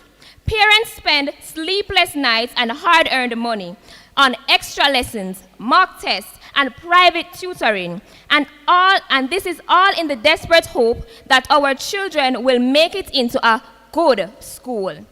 This system is draining Jamaica dry. Its drawbacks far outweighs its benefits and leaves parents, students, and teachers burnt out. If teachers are being pressured, then who will teach the nation's successors? What you will observe, Mr. Speaker, is a high rate of teacher migration, where teachers are no longer spending long tenures in the classroom. If this emotional and financial pressure were not enough, Mr. Speaker, the inequality it fuels is even more alarming and runs even deeper. A study for the Caribbean Child Development Institute 2024 found that 68% of students experience extreme anxiety during exams, with long-term impacts on self-esteem and confidence. Psychologist Eric Erikson reminds us that children at this stage crave confidence and validation. When a child studies all year but is then told that they are not good enough, we then are not building resilience, we are breeding inferiority. This is not just an exam, it's an economic disadvantage disguised as merit. And while the privileged few compete for prestige, the rest are left to compete for survival. According to the Jamaica Gleaner, August 23, 2025, UWI professor Hopeton Dunn described this model as discriminatory and harmful, increasing stress and emotional trauma among students. And even the Ministry of Education's 2025 report on student support after PEP admitted that children who don't get their preferred school feel anxious and demotivated. Mr. Speaker, the system should be a process of growth. If countries like Finland and Canada, irrespective of them being first world countries, can implement continuous assessment and zoning systems that prioritize progress over pressure, then Jamaica can do the same. Mr. Speaker, let us face the truth. The system reinforces inequality and educational elitism. Point of information. Not accepted at this point. Performance-based placement has created a two-tier system. This system does not unite the people, it divides them. The reality is that what you will find in Jamaica is traditional versus non-traditional schools. Students from wealthier families have access to private lessons, better resources, and an environment more conducive to learning. The opposition might say that the current system is fair because everyone takes the same test. But, Mr. Speaker, treating all children equally by administering the same exam overlooks the realities of inequality. True fairness recognizes individual differences. Equality gives everyone the same start. Equity gives everyone the same chance to finish. Point of information. Go ahead.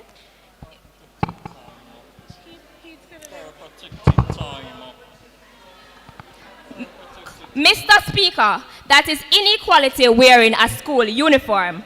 By clinging to this outdated model, we have reduced the classroom to a competition. The system was inherited from a colonial framework designed to separate, not to empower. As a proud independent nation, it is time we stop managing inequality and start dismantling it. Every child can learn. Every child must learn, as declared in the Ministry of Education slogan, but it became a promise and not a phrase. Today, that promise is broken. Our system does not see every child, it sees the bright ones, and this is not what we envision for Jamaica. The performance-based placement system is a relic of the past, a colonial ghost still haunting our classrooms. We must stop confusing intelligence with exam-taking ability.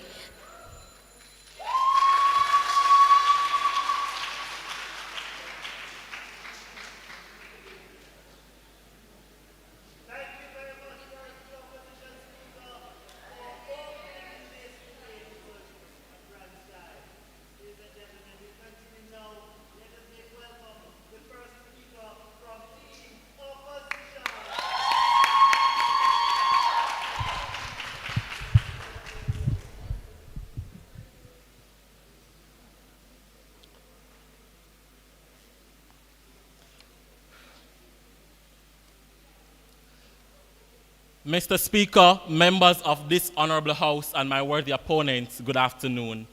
They say if you no walk, you can't yam.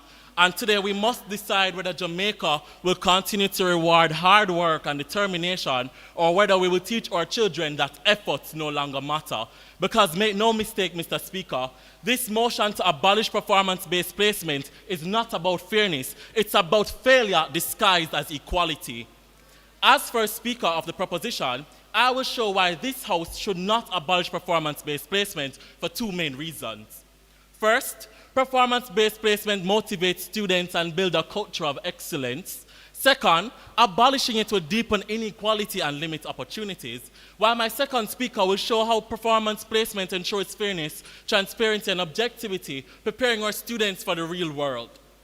From the football field to the classroom, Jamaica has always rewarded performance. Every year, student athletes earn places in schools like Jamaica College, Calabar, Kingston College, and Edwin Allen through dedication on the track and in the field.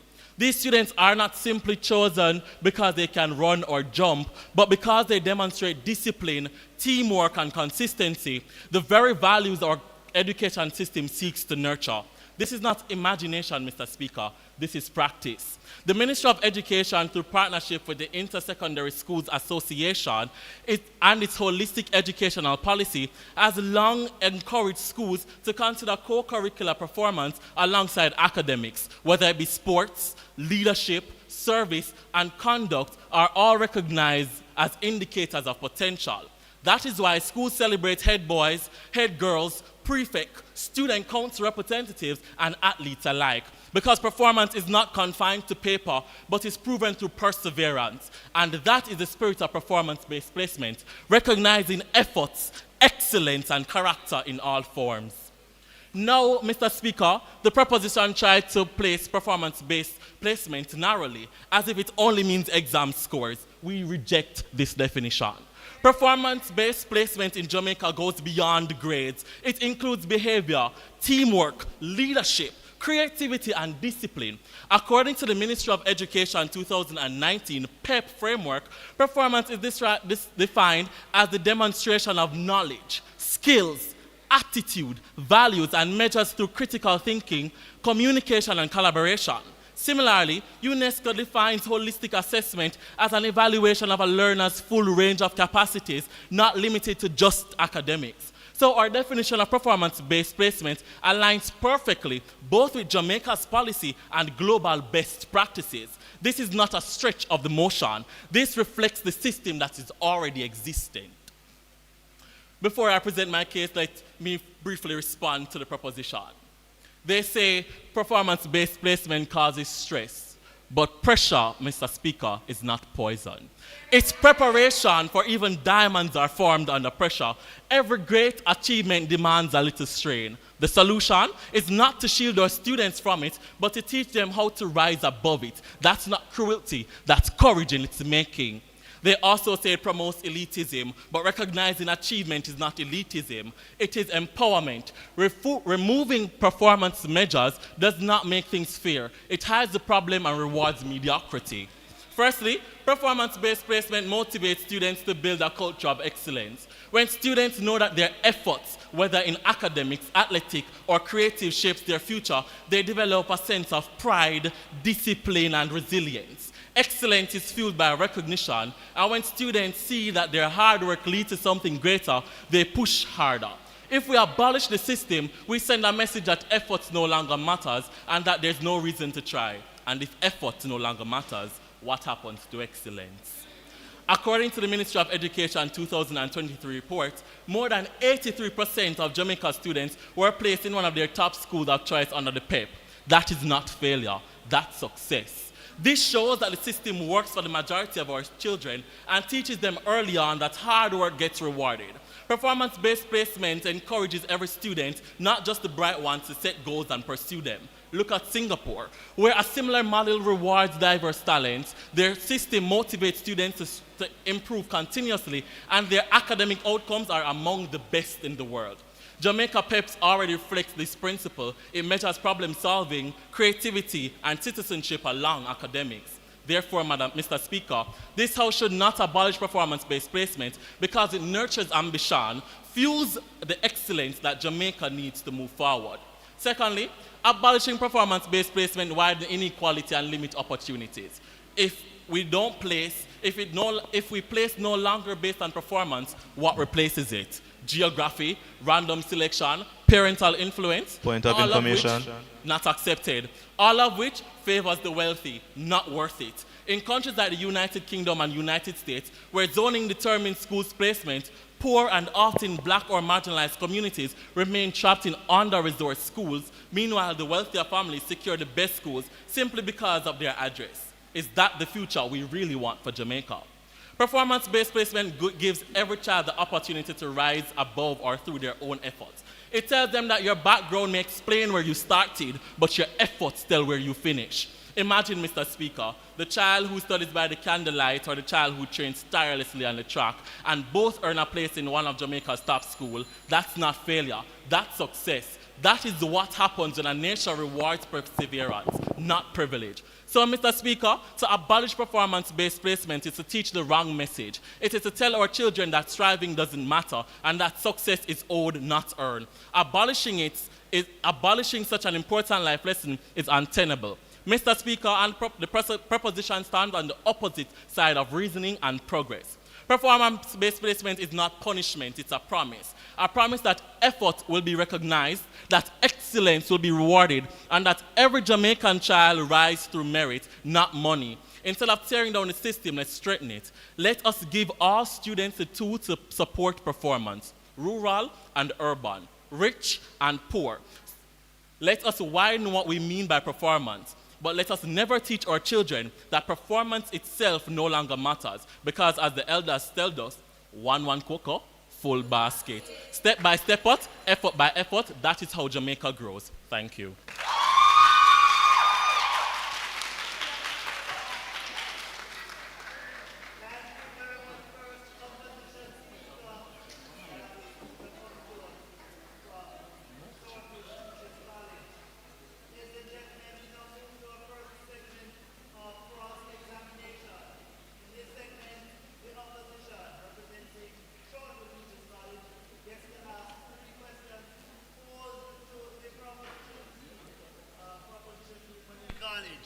Each question is limited.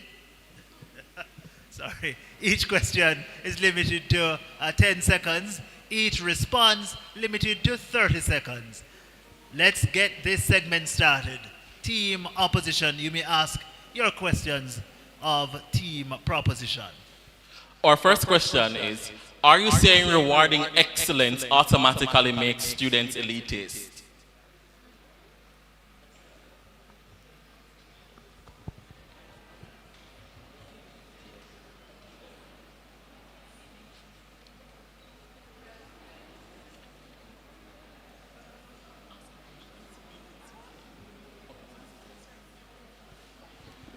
No, we are not saying that the performance of an individual student makes them elitist. What we are saying is that the fanaticism of the schools that they are placed in is what supports this mentality, as parents prioritize all of their efforts towards getting their children into these schools, and once they are there... The second question is, does the government truly believe that abolishing this system would solve root problems of social inequality and resource disparity?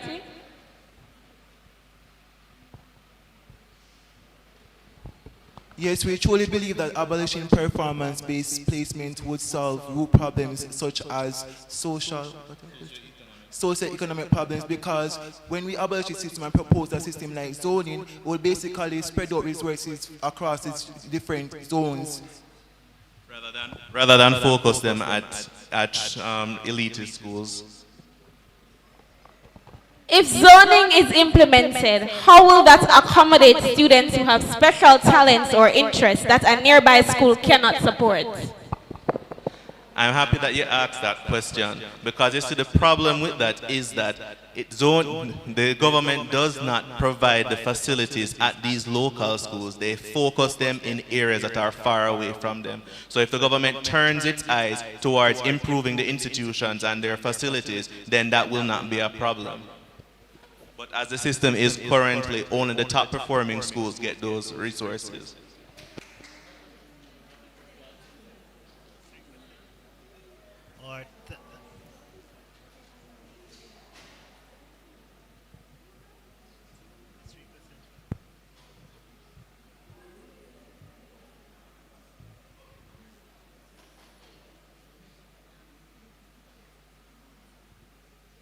Sorry. Should we ask? All right, thank you very much, team opposition, for those 3 questions. Thanks, proposition, for those responses. We continue the second phase of this segment with the questions coming now from team proposition. Let us make those questions heard, Monique College. Check.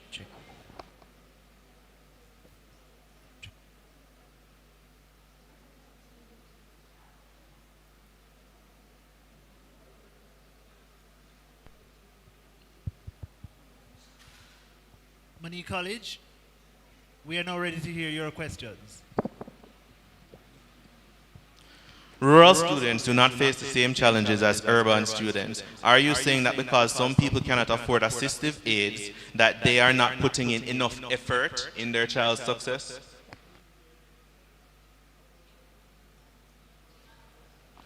Could you repeat that question, please? Rural students do not face the same challenges that urban students face. Are you saying that because some people cannot afford to get assistive aids or preparatory materials, that they are not putting in enough effort? What we're saying is that we do acknowledge that resources are limited, but the best way for equality for these students is through performance-based placement. So what we're saying is, though they have limited resources, each student is still able to climb the ladder, and if one student out of rural St. Mary is able to get the chance to go to a top school in St. Andrew, then that is success.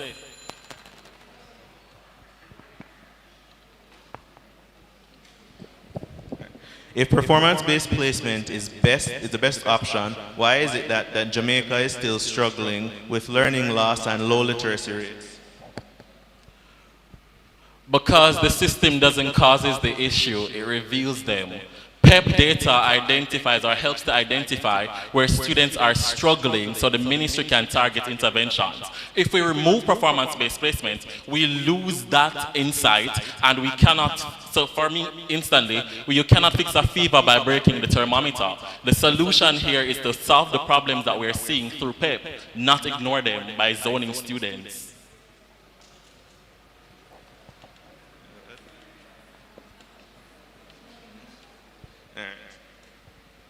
So yes, it does reveal the problem, but the interventions are not enough. Wouldn't you say that an individual education profile for each student would be more effective than just a final grade? But that is what the PEP does. So what the PEP examination does is that when students move to secondary schools, their profile follows them from grade 4 to 6. So the schools know what the students are lacking and how best to suit their abilities in the classrooms. Thank you very much for those questions and answers. Ladies and gentlemen, we continue our debate now with the second substantive speech coming to us from Monique College, who stand in support of this motion. Let's make that speaker welcome. Hear, hear.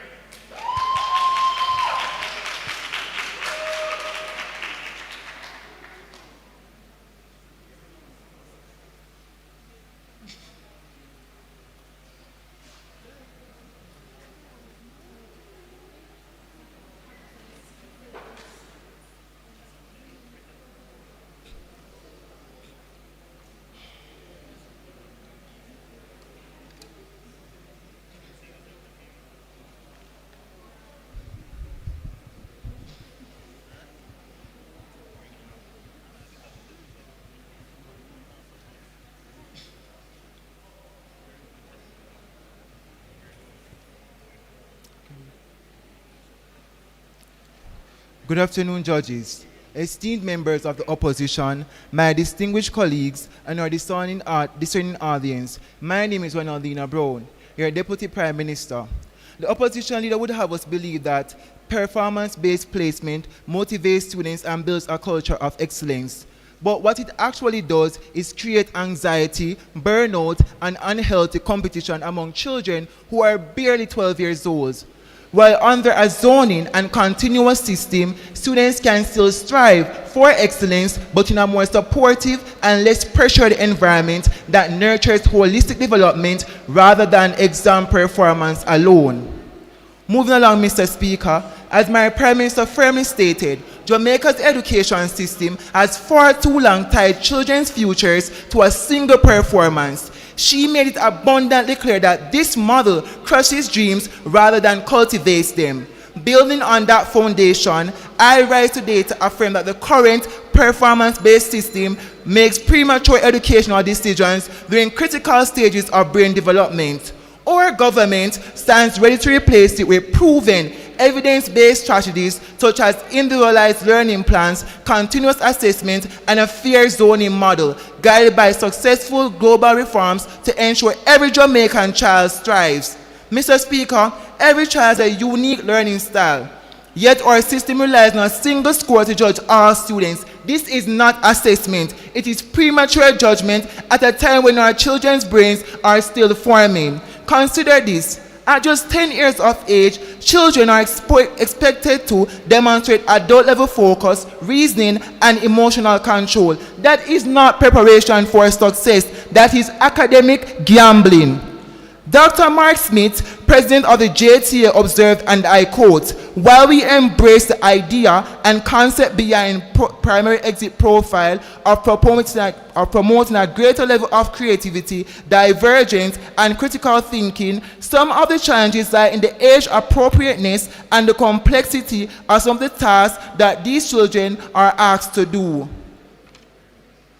So the question remains, Mr. Speaker, how can Jamaica truly rise if we are crushing the potential of the very children meant to lift it? Mr. Speaker, abolishing performance-based placement does not mean abandoning standards. It means redefining them. Across the world, forward-thinking nations have proven that success lies not in high-stakes exams such as PEP, but in continuous and diversified assessment. For example, in Finland, students are not ranked or streamed by test scores. Instead, learning is evaluated continuously through teacher observations, projects, and student portfolios. According to the Finnish National Agency for Education 2025, this approach fosters deeper understanding, creativity, and social equality. Similarly, Canada replaced its national high-stake testing model with individualized learning plans, and research from the Canadian Teachers Federation 2022 found that ILPs improve student engagement by over 30% and reduce performance anxiety significantly.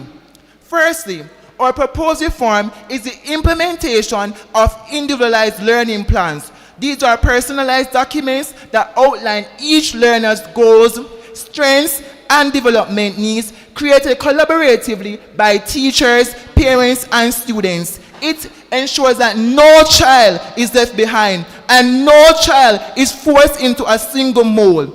This model has been successful in Canada and Finland, where it supports holistic growth and tailors learning to the individual. Students advance based on their progress and readiness, not by surviving a stressful national exam. Secondly, we propose to adopt continuous and diversified assessments, a blend of classroom-based evaluations, project work, and performance tasks that measure real-world application instead of rote memory. This aligns perfectly with our national standards curriculum vision to promote inclusive, student-centered learning that values growth, not accepted, and creativity over memorization. Mr. Speaker, to further strengthen these proposed reforms, we also support the call made by Jamaica Teacher Association former President Jasford Gabriel for the implementation of a zoning system to guide secondary school placement. This approach would allow students to attend schools within their geographic region, ensuring fairness to quality education regardless of socioeconomic background. Mr. Gabriel also highlighted that the current PEP placement structure fosters elitism and equality, as traditional high schools attract top performance while non-traditional institutions remain under-resourced. This imbalance, he noted, has widened the educational gap and has negatively impacted students' self-esteem. This shift is further supported by international evidence. A study published in the Indonesian Journal of Computer Science found that Indonesia's new student admission zoning policy promotes equity, community cohesion, and social justice by ensuring balanced student distribution and strengthening partnerships among families, schools, and local communities. The study further noted that zoning enhances resource planning, innovation, and equal access to education, regardless of social class. Mr. Speaker, adopting a similar zoning framework in Jamaica, complemented by LLPs and diversified assessment, would establish a truly inclusive and equitable education system. Such a system would reduce elitism, empower our schools to thrive, and ensure that every Jamaican child has the opportunity to succeed no matter where they live or learn. Therefore, today we must be courageous enough to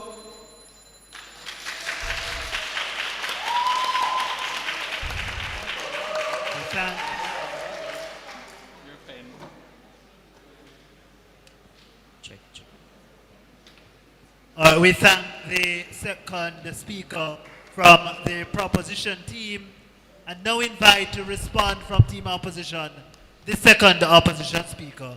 Here.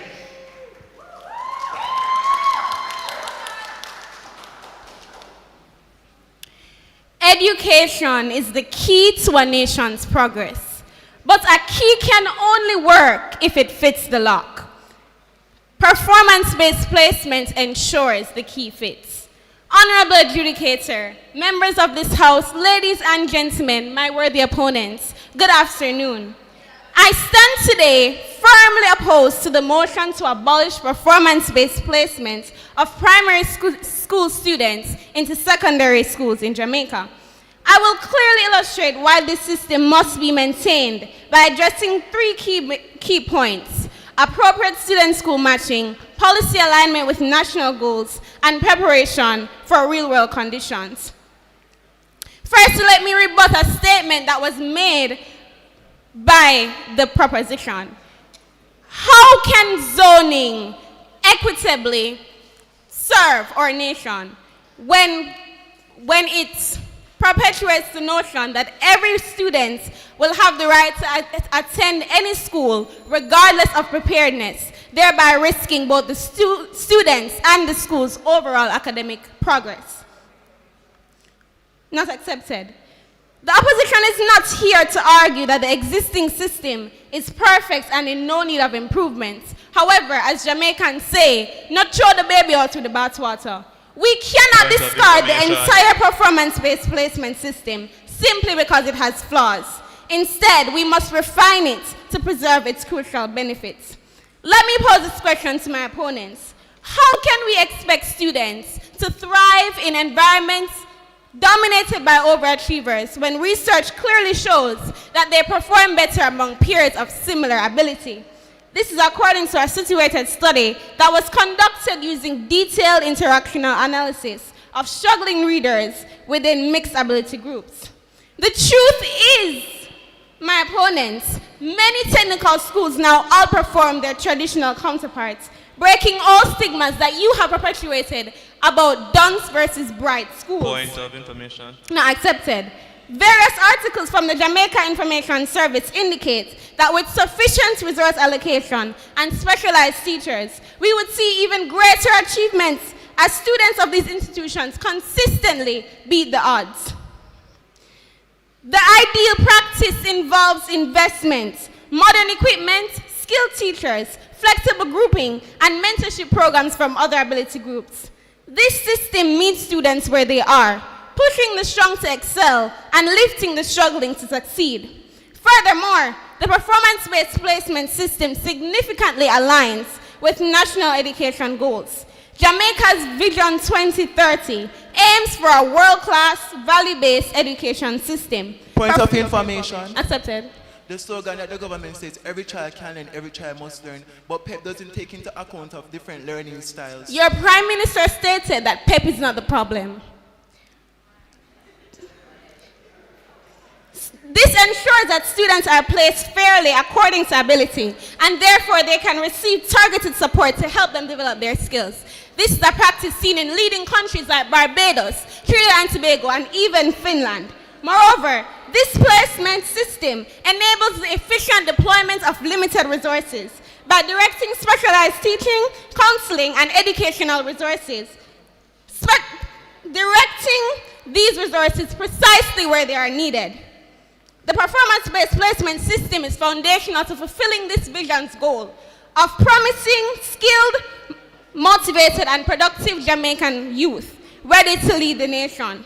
Finally, Mr. Speaker, life rewards efforts and results. Education should be no less. The merit-based system simulates real-world meritocracy, preparing students for realistic challenges. The primary exit profile encompasses a broad set, which the second speaker outlined, a broad set of skills requiring students to complete a performance task involving higher-order thinking, creativity, problem-solving, and application of knowledge. This is not poison, but it grooms students for success. The data obtained from this examination drives the placement of students. Without this, placement would be utterly chaotic and partisan. My opponents, what data would you use to place students? Simply their address? Perpetuates social inequality. Imagine a young girl dreaming of becoming a nurse. She studies, but she has never faced a system where her skills must be not only tested, but proven for placement. Without prior exposure to performance-based standards, she's shocked when she learns that she must prove her competence before she can even enter nursing school. Just like in engineering, nursing, or any skilled profession, progress depends on mastering essential skills and proving competence. Shouldn't our education system, my opponents, prepare students for these realities now, rather than leave them to learn these harsh lessons later? Abolishing this policy removes an important preparatory step, leaving students less equipped for future success and academic career success. In conclusion, abolishing the system would be a grave mistake. To dismantle it now would be to reject progress, equity, and the very principles driving our nation's development goals. Instead, we must build on this strong foundation through improvements, because Jamaica's future depends on producing competent leaders and citizens ready to thrive in a competitive world. I thank you.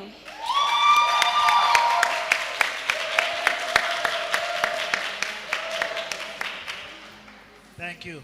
Thank you very much.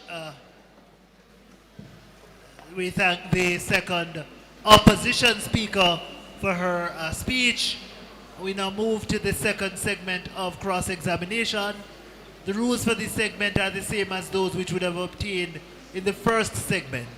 So at this time, I call upon the opposition team to ask your 3 questions of the proposition team. Let us begin. You speak about stress for teachers. If all abilities and learning needs are mixed without placement based on performance, how can teachers realistically manage classrooms without being overwhelmed by the wide variation in students' abilities? Can you repeat that question, please? If all abilities and learning needs are mixed in one classroom... It's kind of echoing, you can just... Oh, apologies. If all abilities and learning needs are mixed in one classroom, how can teachers realistically manage classroom needs without being overwhelmed by the wide variation in students' abilities?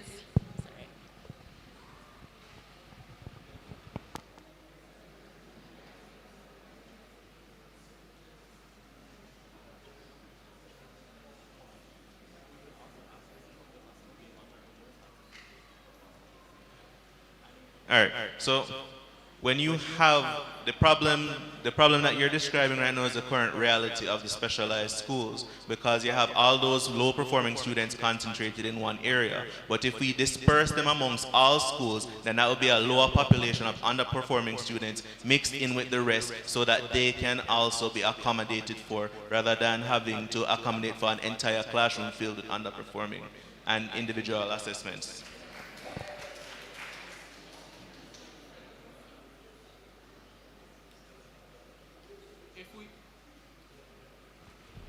If we abolish performance-based placement, How will a child from a rural community ever compete with those from the wealthier zones?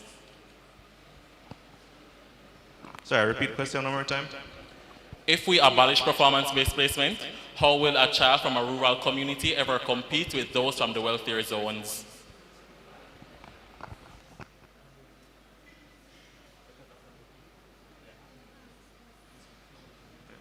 Right. Children from rural areas are already competing with children from the urban zones because they struggle from a lack of resources. But by implementing a non-performance based system, the schools that are closest to them and deal with their challenges will be equipped with the resources necessary to accommodate those students rather than them having to go all the way to St. Andrew from a far parish to be able to get it.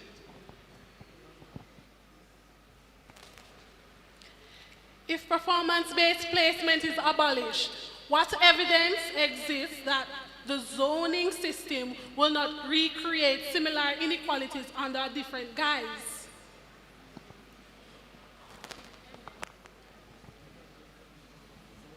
Sorry. Right. Just like you mentioned, when you mentioned that PEP isn't perfect or the performance system isn't perfect, all systems come with their inequalities. But for zoning specifically, it has been shown in third world countries that it has reduced the rate of dropout students and has accommodated students that struggle with socioeconomic disparities because they don't have to be concerned about travel, boarding, and other expenses to go to schools that would accommodate them. Thank you very much for that phase of cross-examination. We continue now in this segment with the second phase. This time the questions come to us from Monique College, posed to Shortwood Teachers College.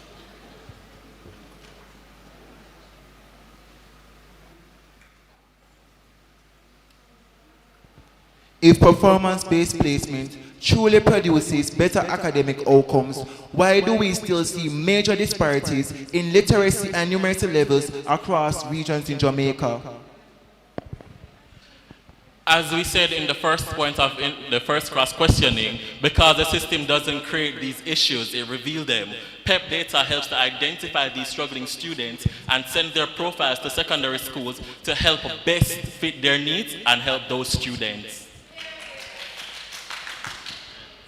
Right. I can't help but hear the fact that you mentioned that secondary correction thing.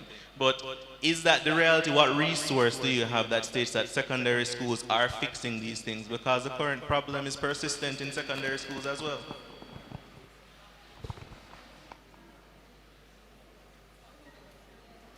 Repeat your question. You mentioned that secondary schools pick up the slack, but what resource are you taking that from? Because the current problem is persistent in secondary schools as well.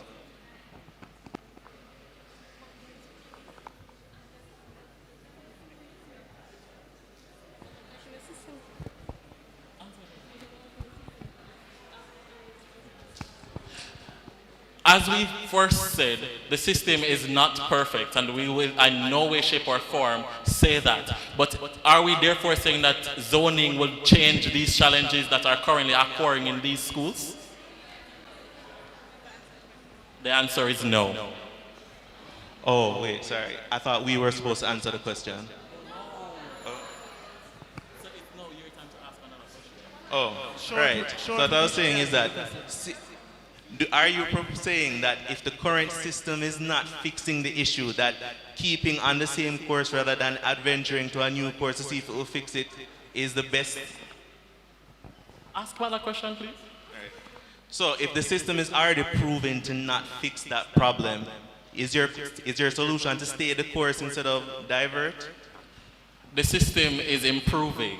And what we're saying right now is that students are able to better get quality education because of performance-based placement. So students who are educated, and as you claim that the schools here are under-resourced, which are in the rural area, get a better opportunity to go to schools that match their ability and their learning styles.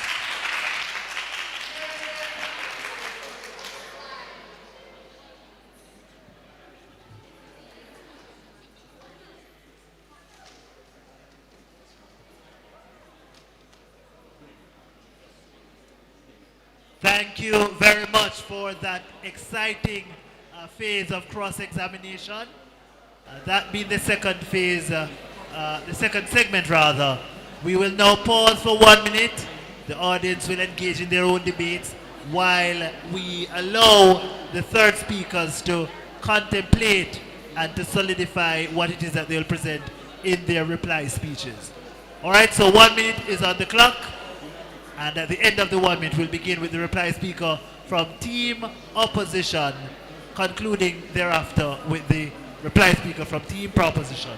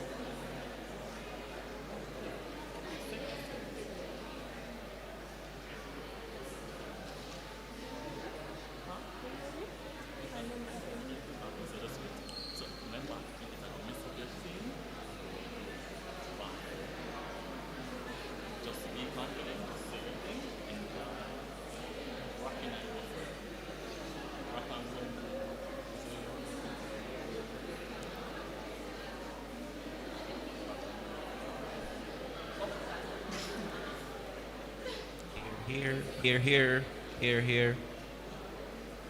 Ladies and gentlemen, it is time for us to resume our debate. At this time, I call upon the third speaker from Team Opposition. That is the team Shortwood Teachers College. Let's make that speaker welcome.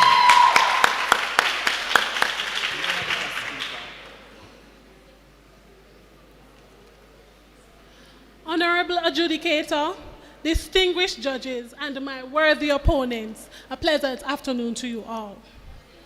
The proposition wants to abolish performance-based placement, but what they're truly abolishing is excellence. They speak of fairness, but offer none. They speak of equality, but erase ambition. And they speak of reform, yet have no roadmap to replace what they wish to destroy. As the third speaker for the opposition, my task is clear: to clash, crystallize, and close this debate. By the end, it will be undeniable that performance-based placement is not a system of exclusion, but the very foundation of educational justice and national progress. They mentioned that without statistics that zoning would improve underperforming academic ability. But if first world countries like the US and the UK cannot do this competently, how will a third world country like Jamaica do that? The proposition has painted a picture of a world where children move to secondary school without merit placement or ranking. But as our elders wisely say, all that glitters are no gold. On closer inspection, their arguments lose shine. Their ideas may sound sweet like sugar, but left in the sun, they quickly melt under the heat of logic. The proposition's first contention is that performance-based placement is unfair and stressful, harming children's self-esteem. But academic challenge is not cruelty, it is cultivation. Stress, when managed and supported, builds resilience, discipline, and problem-solving skills, essential attributes of success. Jamaica's primary exit program, PEP, is not merely a ranking tool. It provides critical data on literacy, numeracy, and reasoning skills. Teachers use this to design targeted intervention and ensure holistic growth of our children. Without performance-based placement, students of vastly different abilities will be placed together arbitrarily. Imagine a child struggling with basic numeracy in a class tackling advanced concepts. The teachers would be overwhelmed, the students demotivated, and learning outcomes would deteriorate. Challenge creates strength. Abolishing performance placement because of stress misses the real solution. Better preparation and support, not elimination. The proposition claims the system is elitist, favoring wealthy students, but this is false causation. The reality, the real inequality lies in unequal access to resources, my opponents, not in placement itself. Abolishing merit-based placement does not solve inequality. It spreads mediocrity instead of elevating excellence. Under performance-based placement, a high-achieving child from a rural or under-resourced school can earn access to better secondary education through merit. Remove that, and you remove the ladder of mobility. As we say in Jamaica, if your roof a leak, you not tear down the whole house, you patch the roof. The solution is investment in under-resourced schools, not the destruction of the city system. Equality of opportunity, not sameness, ensures fairness. Finally, the proposition's third contention is on policy practicalities flawed. The argument for abolition without offering a viable alternative. The Ministry of Education relies on PEP data to manage teacher deployment and track outcomes and plan school capacities, my opponent. Without this, placement becomes random chaos. The opposition supports excellence, structure, and opportunity. The proposition argues for ideals but undermines the outcomes they claim to pursue. Stress can be managed. Fairness can be improved through investment. Equality does not mean randomness. Mr. Speaker, performance-based placement is not exclusion. It is empowerment. If we wish to build a nation of resilience, merit, and opportunity, we must reject this motion with confidence and clarity. Thank you.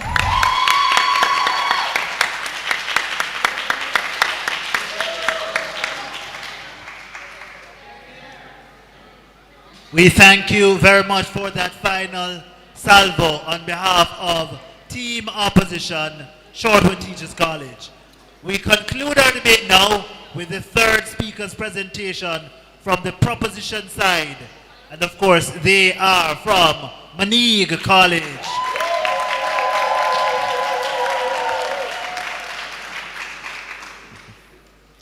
Attentive adjudicators, honorary guests, and honorable opposition. I am Orlando Gentles, and I am here to summarize the points made by the first and second speaker, to rebut the arguments made by the opposition, and to secure your confidence in our victory. Starting with one of the rebuttals. The expression, work hard if you want to eat. But how, if you judge a fish by how well it can climb a tree, that fish is definitely going to starve. You can't use one standardized rubric to judge all students. Right. You claim that this system is, we say that the system is perfect, and then you point out that the system has flaws, but you can't have both arguments. You can't say that the system accounts for everybody, but then state that a majority of individuals pass for the school of their choices and not mention the minority. Right. Performance-based assessment is used as a key, but for those that cannot meet the performance standards, they are locked out of the house. What will they be in society? And you've provided no resource to indicate that secondary education fixes the inequalities that these children face while they go through the system. Let us not wait for somebody else to fix it along the way. Let us try to fix it as early as possible. Our first speaker spoke to the patchwork project that is our current educational system. The dictatorial nature of the current system is equal in its length as is it to its complexity. They are both too much for developing minds. She emphasized the negative psychosocial effects that will permeate their way into the future workforce via the children, and highlighted its current effects on the current workforce due to its over-reliance on the parent and teacher participation. The burnout is real. As parents who often cannot find the energy to dedicate to their own tasks must now apply critical reasoning analysis, financial support in the form of extra lessons and aids, and a superhuman level of patience to the pursuit of the hope of a good placement. For most hardworking Jamaican parents, these acts are perfunctory at the end of a long day. Students also place themselves at an increased risk from health and mental disorders and lower self-esteem. It also traumatizes individuals that place a high importance on placement rather than the holistic assessment of their journeyed experience. And lest we forget that not all people benefit from the same socio-economic comforts and stable environments. The effects go beyond beyond students and into teachers, as the longevity of the profession is being under duress. And with an already dwindling resource due to brain drain, who will be left to educate this future workforce? The disparity of wealth and resources in schools, traditional and non-traditional, highlights the inequalities of our current system and instead purports a pseudo-equality based on the idea that the exam is the same for all people. This inherited system recognizes only those that are able to overcome it and outshines or overlooks those that are disparaged by it. Why cling to a system when the goal is for every child to learn? Why hold the expert exam takers to as the superlative standard when personal growth and individualized educational plans can elevate more students more readily? Our second speaker exposed the ugly truth about the inequalities of the current system and has added effective recourses that are not only effective in first world countries, but in third world countries like Indonesia, which share a same medium income economic stream as Jamaica. If we are saying that funding is the only inconvenience that is preventing us from changing the system, then, time's up. While we spend billions on highways, halls, and short-term investments, then we are twice defeated, because the greatest investment is in our education system, our children, and therefore in Jamaica's futures. If two JTA presidents can recognize the inequalities of PEP, using performance-based system to place children in secondary education system, then why are we fighting for the legitimacy of this system? Why don't we eliminate this draconian system and embrace the system that is used by many other countries successfully?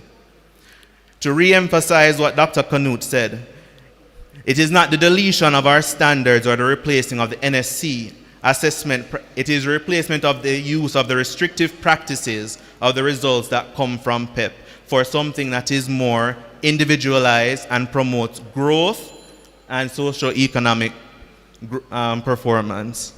Thank you.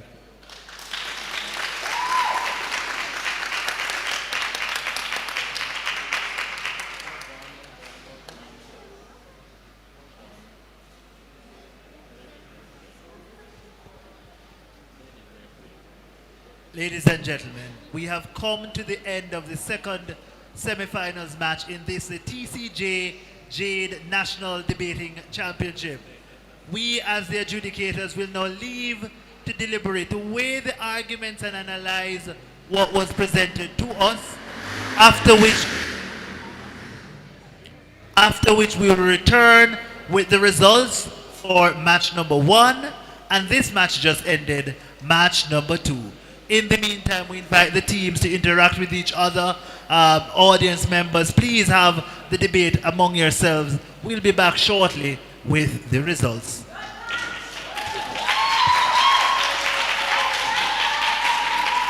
Well done, well done.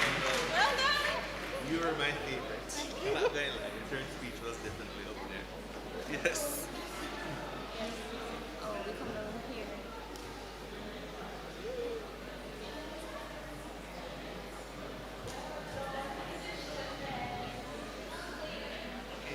Throughout history, small businesses have struggled with their accounting until now. Lets you sit.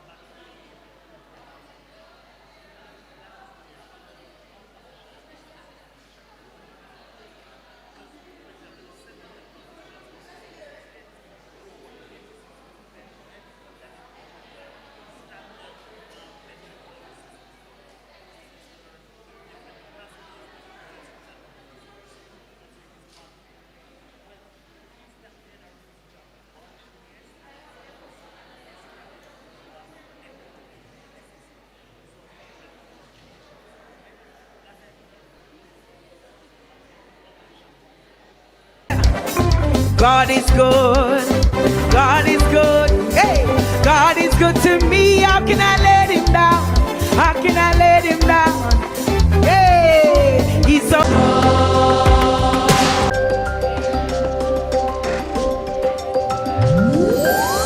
The more you refuse to hear my voice, the louder I will sing. I will sing. I will sing louder. When me wrong, you're gonna my pride. Oh no, something inside so strong. Check. We all have greatness locked up inside of us. And in fact, I love that song so very much because it was my primary school graduation song. And whenever I feel sad and depressed and, overwhelmed, and I hear that song, I feel empowered. So, thank you, Mr. Musician, for playing that one. A round of applause for the musician, yes. All right, so we're going to now go through a brief analysis of the two semifinals matches. We had the first semifinals for take funding from schools that are highly set up what reflect on what transpired in that debate. We hear that schools exist in Jamaica with inequitable funding arrangements. That the proposition team calls it, and it is that they would subtract an amount 10% of that. That they would subtract an amount 10% of that, and put that 10% into schools that lack resources and lack capacities, specifically in relation to literacy. Literacy is what they're solving for.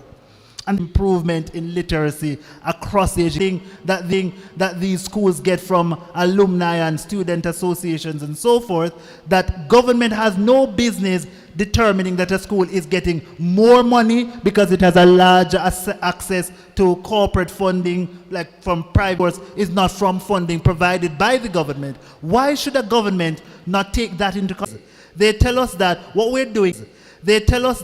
we're doing is we are bashing excellence. We are creating a system that does not encourage the excellence that exists within the traditional high schools, the high schools that are already performing, the high schools that are better funded. We think that that is an important consideration, but we have to weigh that against another consideration, which is that schools currently, more schools are deficient in more respects than others. And if we're to buy team propositions case that those schools that lack resources could get some resources to treat with this important aspect of their operation, which is, the literacy deficit, then that creates a system that on net is improved. The final point I'll point to is this idea of leadership and accountability that we heard coming in this debate. That was presented first and foremost by Sam Sharp Teachers College. Sam Sharp tells us that what needs to be fixed is leadership, it's accountability, establish mechanisms in these weaker performing schools to lift them into a state where they're comparable to the schools that are better off. Teach them as well how to use the limited resources that they have in a more proficient and efficient way. One, we would have liked to have understood what does leadership training have to do with lifting standards? Because as judges, we take a position that we really don't understand these things. So to tell us that leadership and accountability solves some of the deficits that exist, we'd have liked to hear examples and characterization that helps us to see that the issue is really one of leadership and an issue of accountability. Also, if these schools are underfunded, how then do you take unlimited resources and reapportion it such that the schools get better outcomes in education overall? We're not sure about that, even Sam Sharp. Okay? And so I could say a lot more, but I understand that the island is under a tropical storm warning of sorts, so I'm going to wrap up now. A lot more could be said. I'm going to pause by telling you, first of all, the scores. One team ended on 273 points as compared to the other team's 275 points. So a 2-point difference. And it was difficult for us as judges to agonize and to arrive at that calibration. I want for all teams in this competition to understand that whether or not you have lost, it is absolutely no basis for you to quit. I know many teams going to feel despondent and sad and probably won't understand from the very short oral adjudication report that I'm here delivering. But I'm urging you to reach out to me and any of my other judges to get some additional feedback. Second thing I want you to bear in mind is you will not improve to an adequate extent if this TCJJ National Debate Competition, as great as it is the only competition you participate in. So you need to be debating a lot more. You need to be engaging in critical thinking, effective communication, and the benefits that derive from debating a lot more often so your mind can be calibrated to become the best kind of machinery that it can be. So, ladies and gentlemen, 273 points. That's the second place teams score in semifinals match number 1. That compares to 275 points in that very same match. The winner of that match is a college. And that college, ladies and gentlemen, let me just, I don't want to have a Steve Harvey moment. So I'm going to confer. I think I have the answer, but I'm going to confer with the goodly gentleman standing beside me so that I can get it right. So, It was, ladies and gentlemen, the team. College of Agriculture, Science and Education. Team Proposition.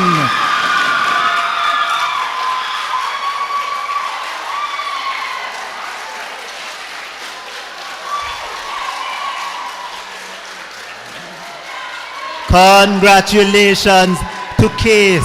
And it sounds like all of Portland is excited and celebrating that the first team to advance to the grand finals round of this competition is in fact Case.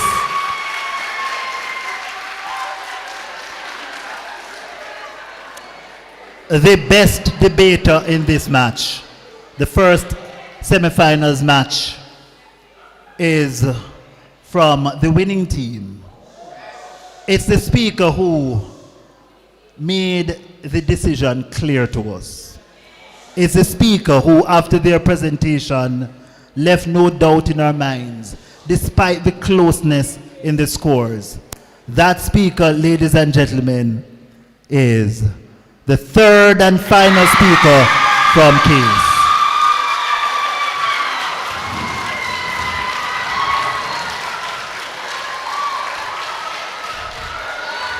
It sounds like the heavens agree. You hear that thunder? You hear that? Yes.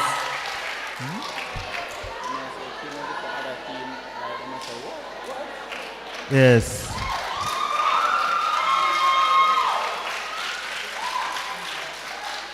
All right, let's calm down again. And here now is the analysis from semifinals match number 2. In that match, we interrogated the issue of whether or not placement in high schools should be based on scores resulting from a test done in primary school.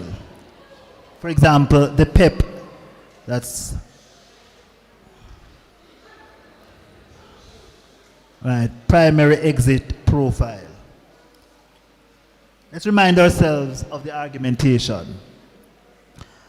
The teams, before I get into the argumentation, the teams in that match, Monique College representing the proposition side, so they're saying let us not use PEP as a basis for determining matriculation into secondary schools, and the opposition team, Shortwood Teachers College.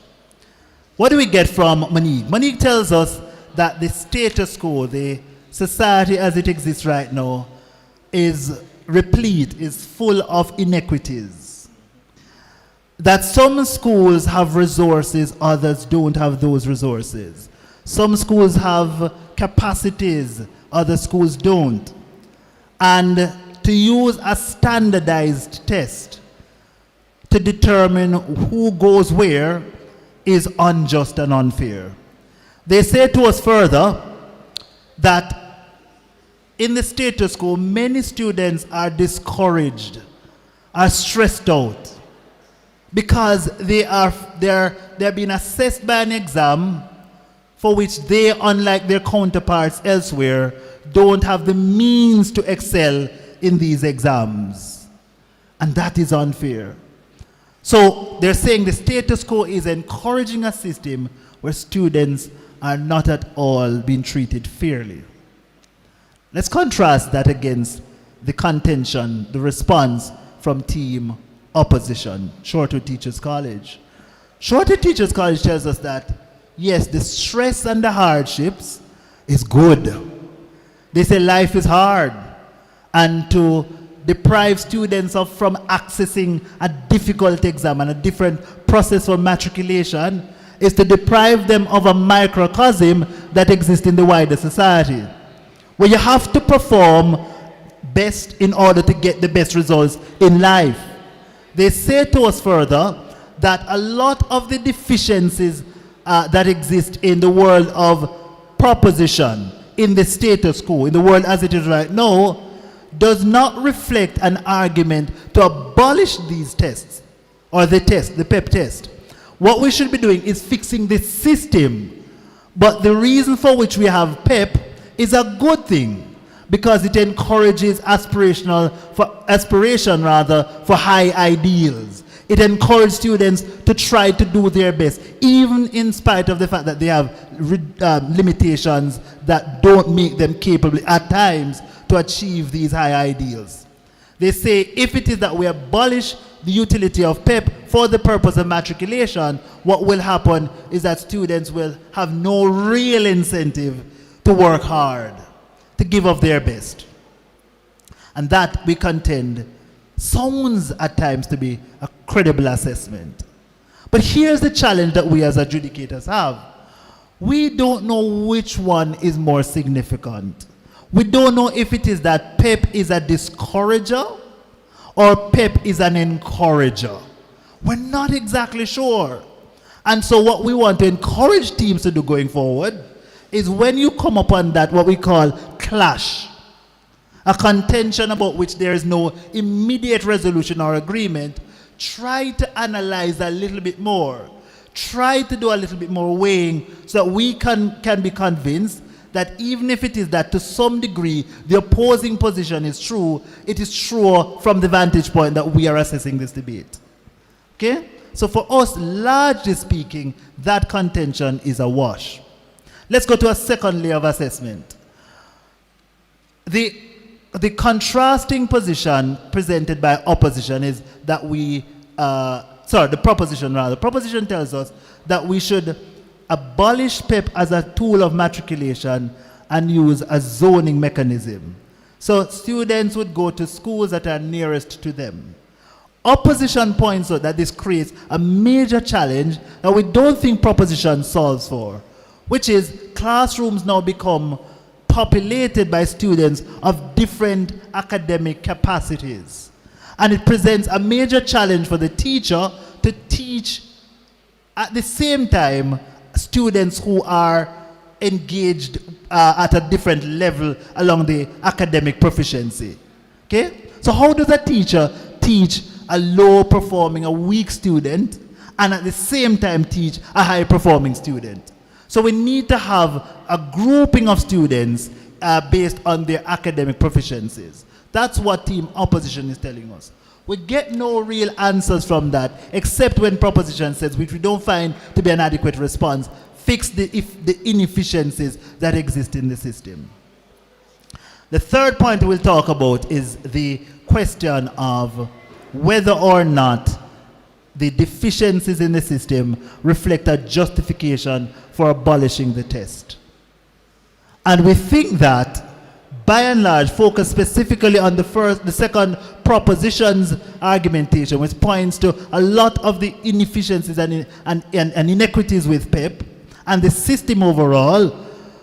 Opposition tells us, well, fix those inefficiencies, fix those deficiencies, but then don't abandon, as we were told, don't throw out the baby with the bathwater.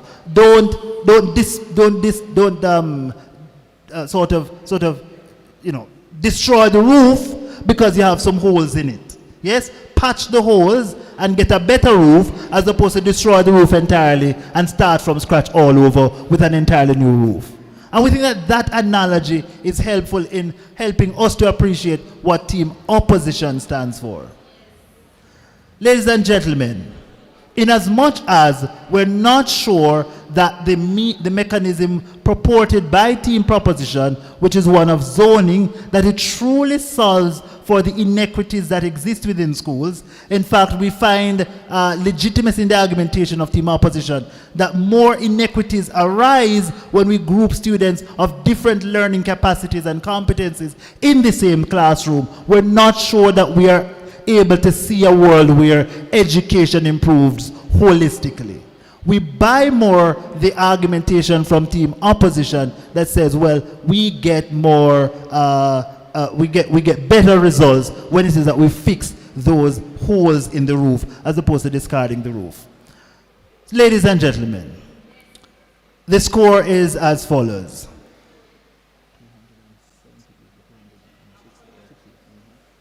Just conferring. Need to get it right. 268 points as compared to 278 points. So the yes, my dear. The margin is greater, 10 points separating. And I will now confer with my colleague judge. Listen, Steve Harvey moments are the worst, right? So you want to check. Let me see which team ends on 278 points. Okay. And so, ladies and gentlemen, as I suspected, it is confirmed. The second team to advance to the grand finals of the TCJ National Debating Championship in 2025. The team that has come this far and has proven to be better than many others is, in fact, Team Opposition, Shortwood Teachers College.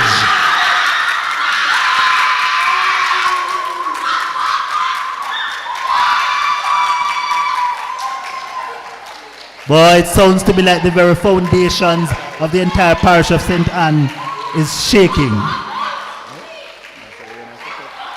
All right. And the best debater.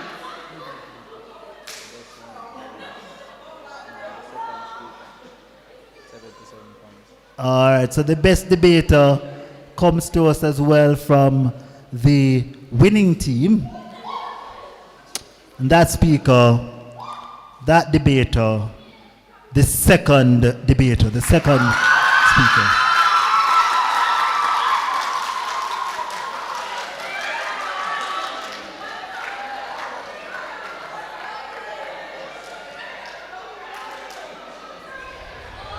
So, ladies and gentlemen, as we bring proceedings to a close, I want to extend a heartfelt thanks to all of you for putting in the work and making the effort to deliver your best. Know that whatever the results are is, as the song said, there is something inside of you that is so strong, so great. Keep on debating and keep on giving your best in everything you do. Thank you. Thank you all.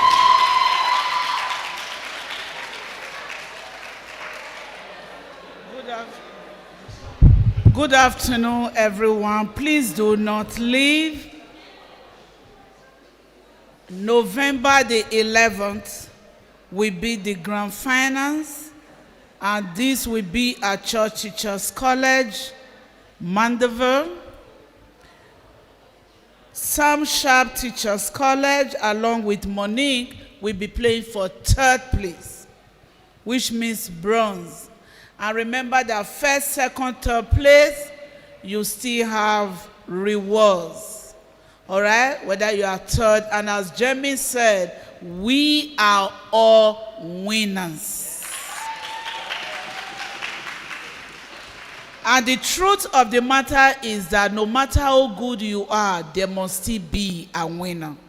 So we are all winners. And I just want to use this opportunity to say thanks to the TCJ Secretariat, to Mrs. Dillon, thank you, Mrs. Dillon, to Ms. Fleming, and also to the teachers, colleges, principals, the 8 principals. We are grateful. To our coaches, we say thank you. To our debaters, we say thank you. And to our supporters, we say thank you. And I want to say to the technicians from Bethlehem Moravian College, thank you. Job well done, especially the gospel songs. I hope you give me those names so that when I go home, I'm going to have a ball with them. They were entertaining. Mrs. Elliott, thank you very, very much. And to the principal of Bethlehem Moravian College, thank you, sir. We appreciate your hospitality. And to the county staff, we say thank you. We appreciate. To everyone, thank you. To our bus drivers, we say thank you. And most importantly, we say to God be all the glory. Without him, we wouldn't have been here. And now the rain is coming, and we see it as a blessing, and we are still grateful. Now to everyone, as you go home, I wish us safe journey mercies. Let us bow our heads as we pray for the launch and for Safe Journey Mercy's home. Abba Father, we thank you for another time. You are the good God. We are grateful. Lord, without you, we cannot do anything. Lord, this afternoon we say to you be all the glory. We say thank you, thank you, thank you. Lord, we thank you for this collaboration between TCJ and Jade. And Lord God Almighty, I pray, oh God, that the objectives of this debate competition will be achieved through you. Lord, as we are about to partake in the launch, I pray that it will be a blessing unto us. And as we go to our respective parishes or colleges, I pray that you'll be with us. I pray for Safe Journey Mercy's. Lord, thank you for everything that you have done and you will continue to do. In Jesus' name I've prayed. Amen. So Mr. Barrett and your team, Jade, we say thank you, we appreciate. God bless you all. Greet somebody. Yeah, cross over. The colleges must cross over. It is more than just a debate. It is more than a competition. All right, cross over. Love somebody in Jesus' name. God bless you all.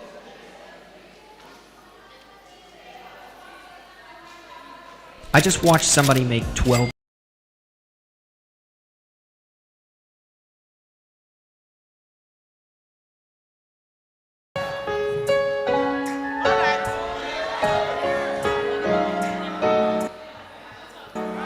All right, colleagues, there is a possibility that the date will still be changed. So, coaches, look out in the group.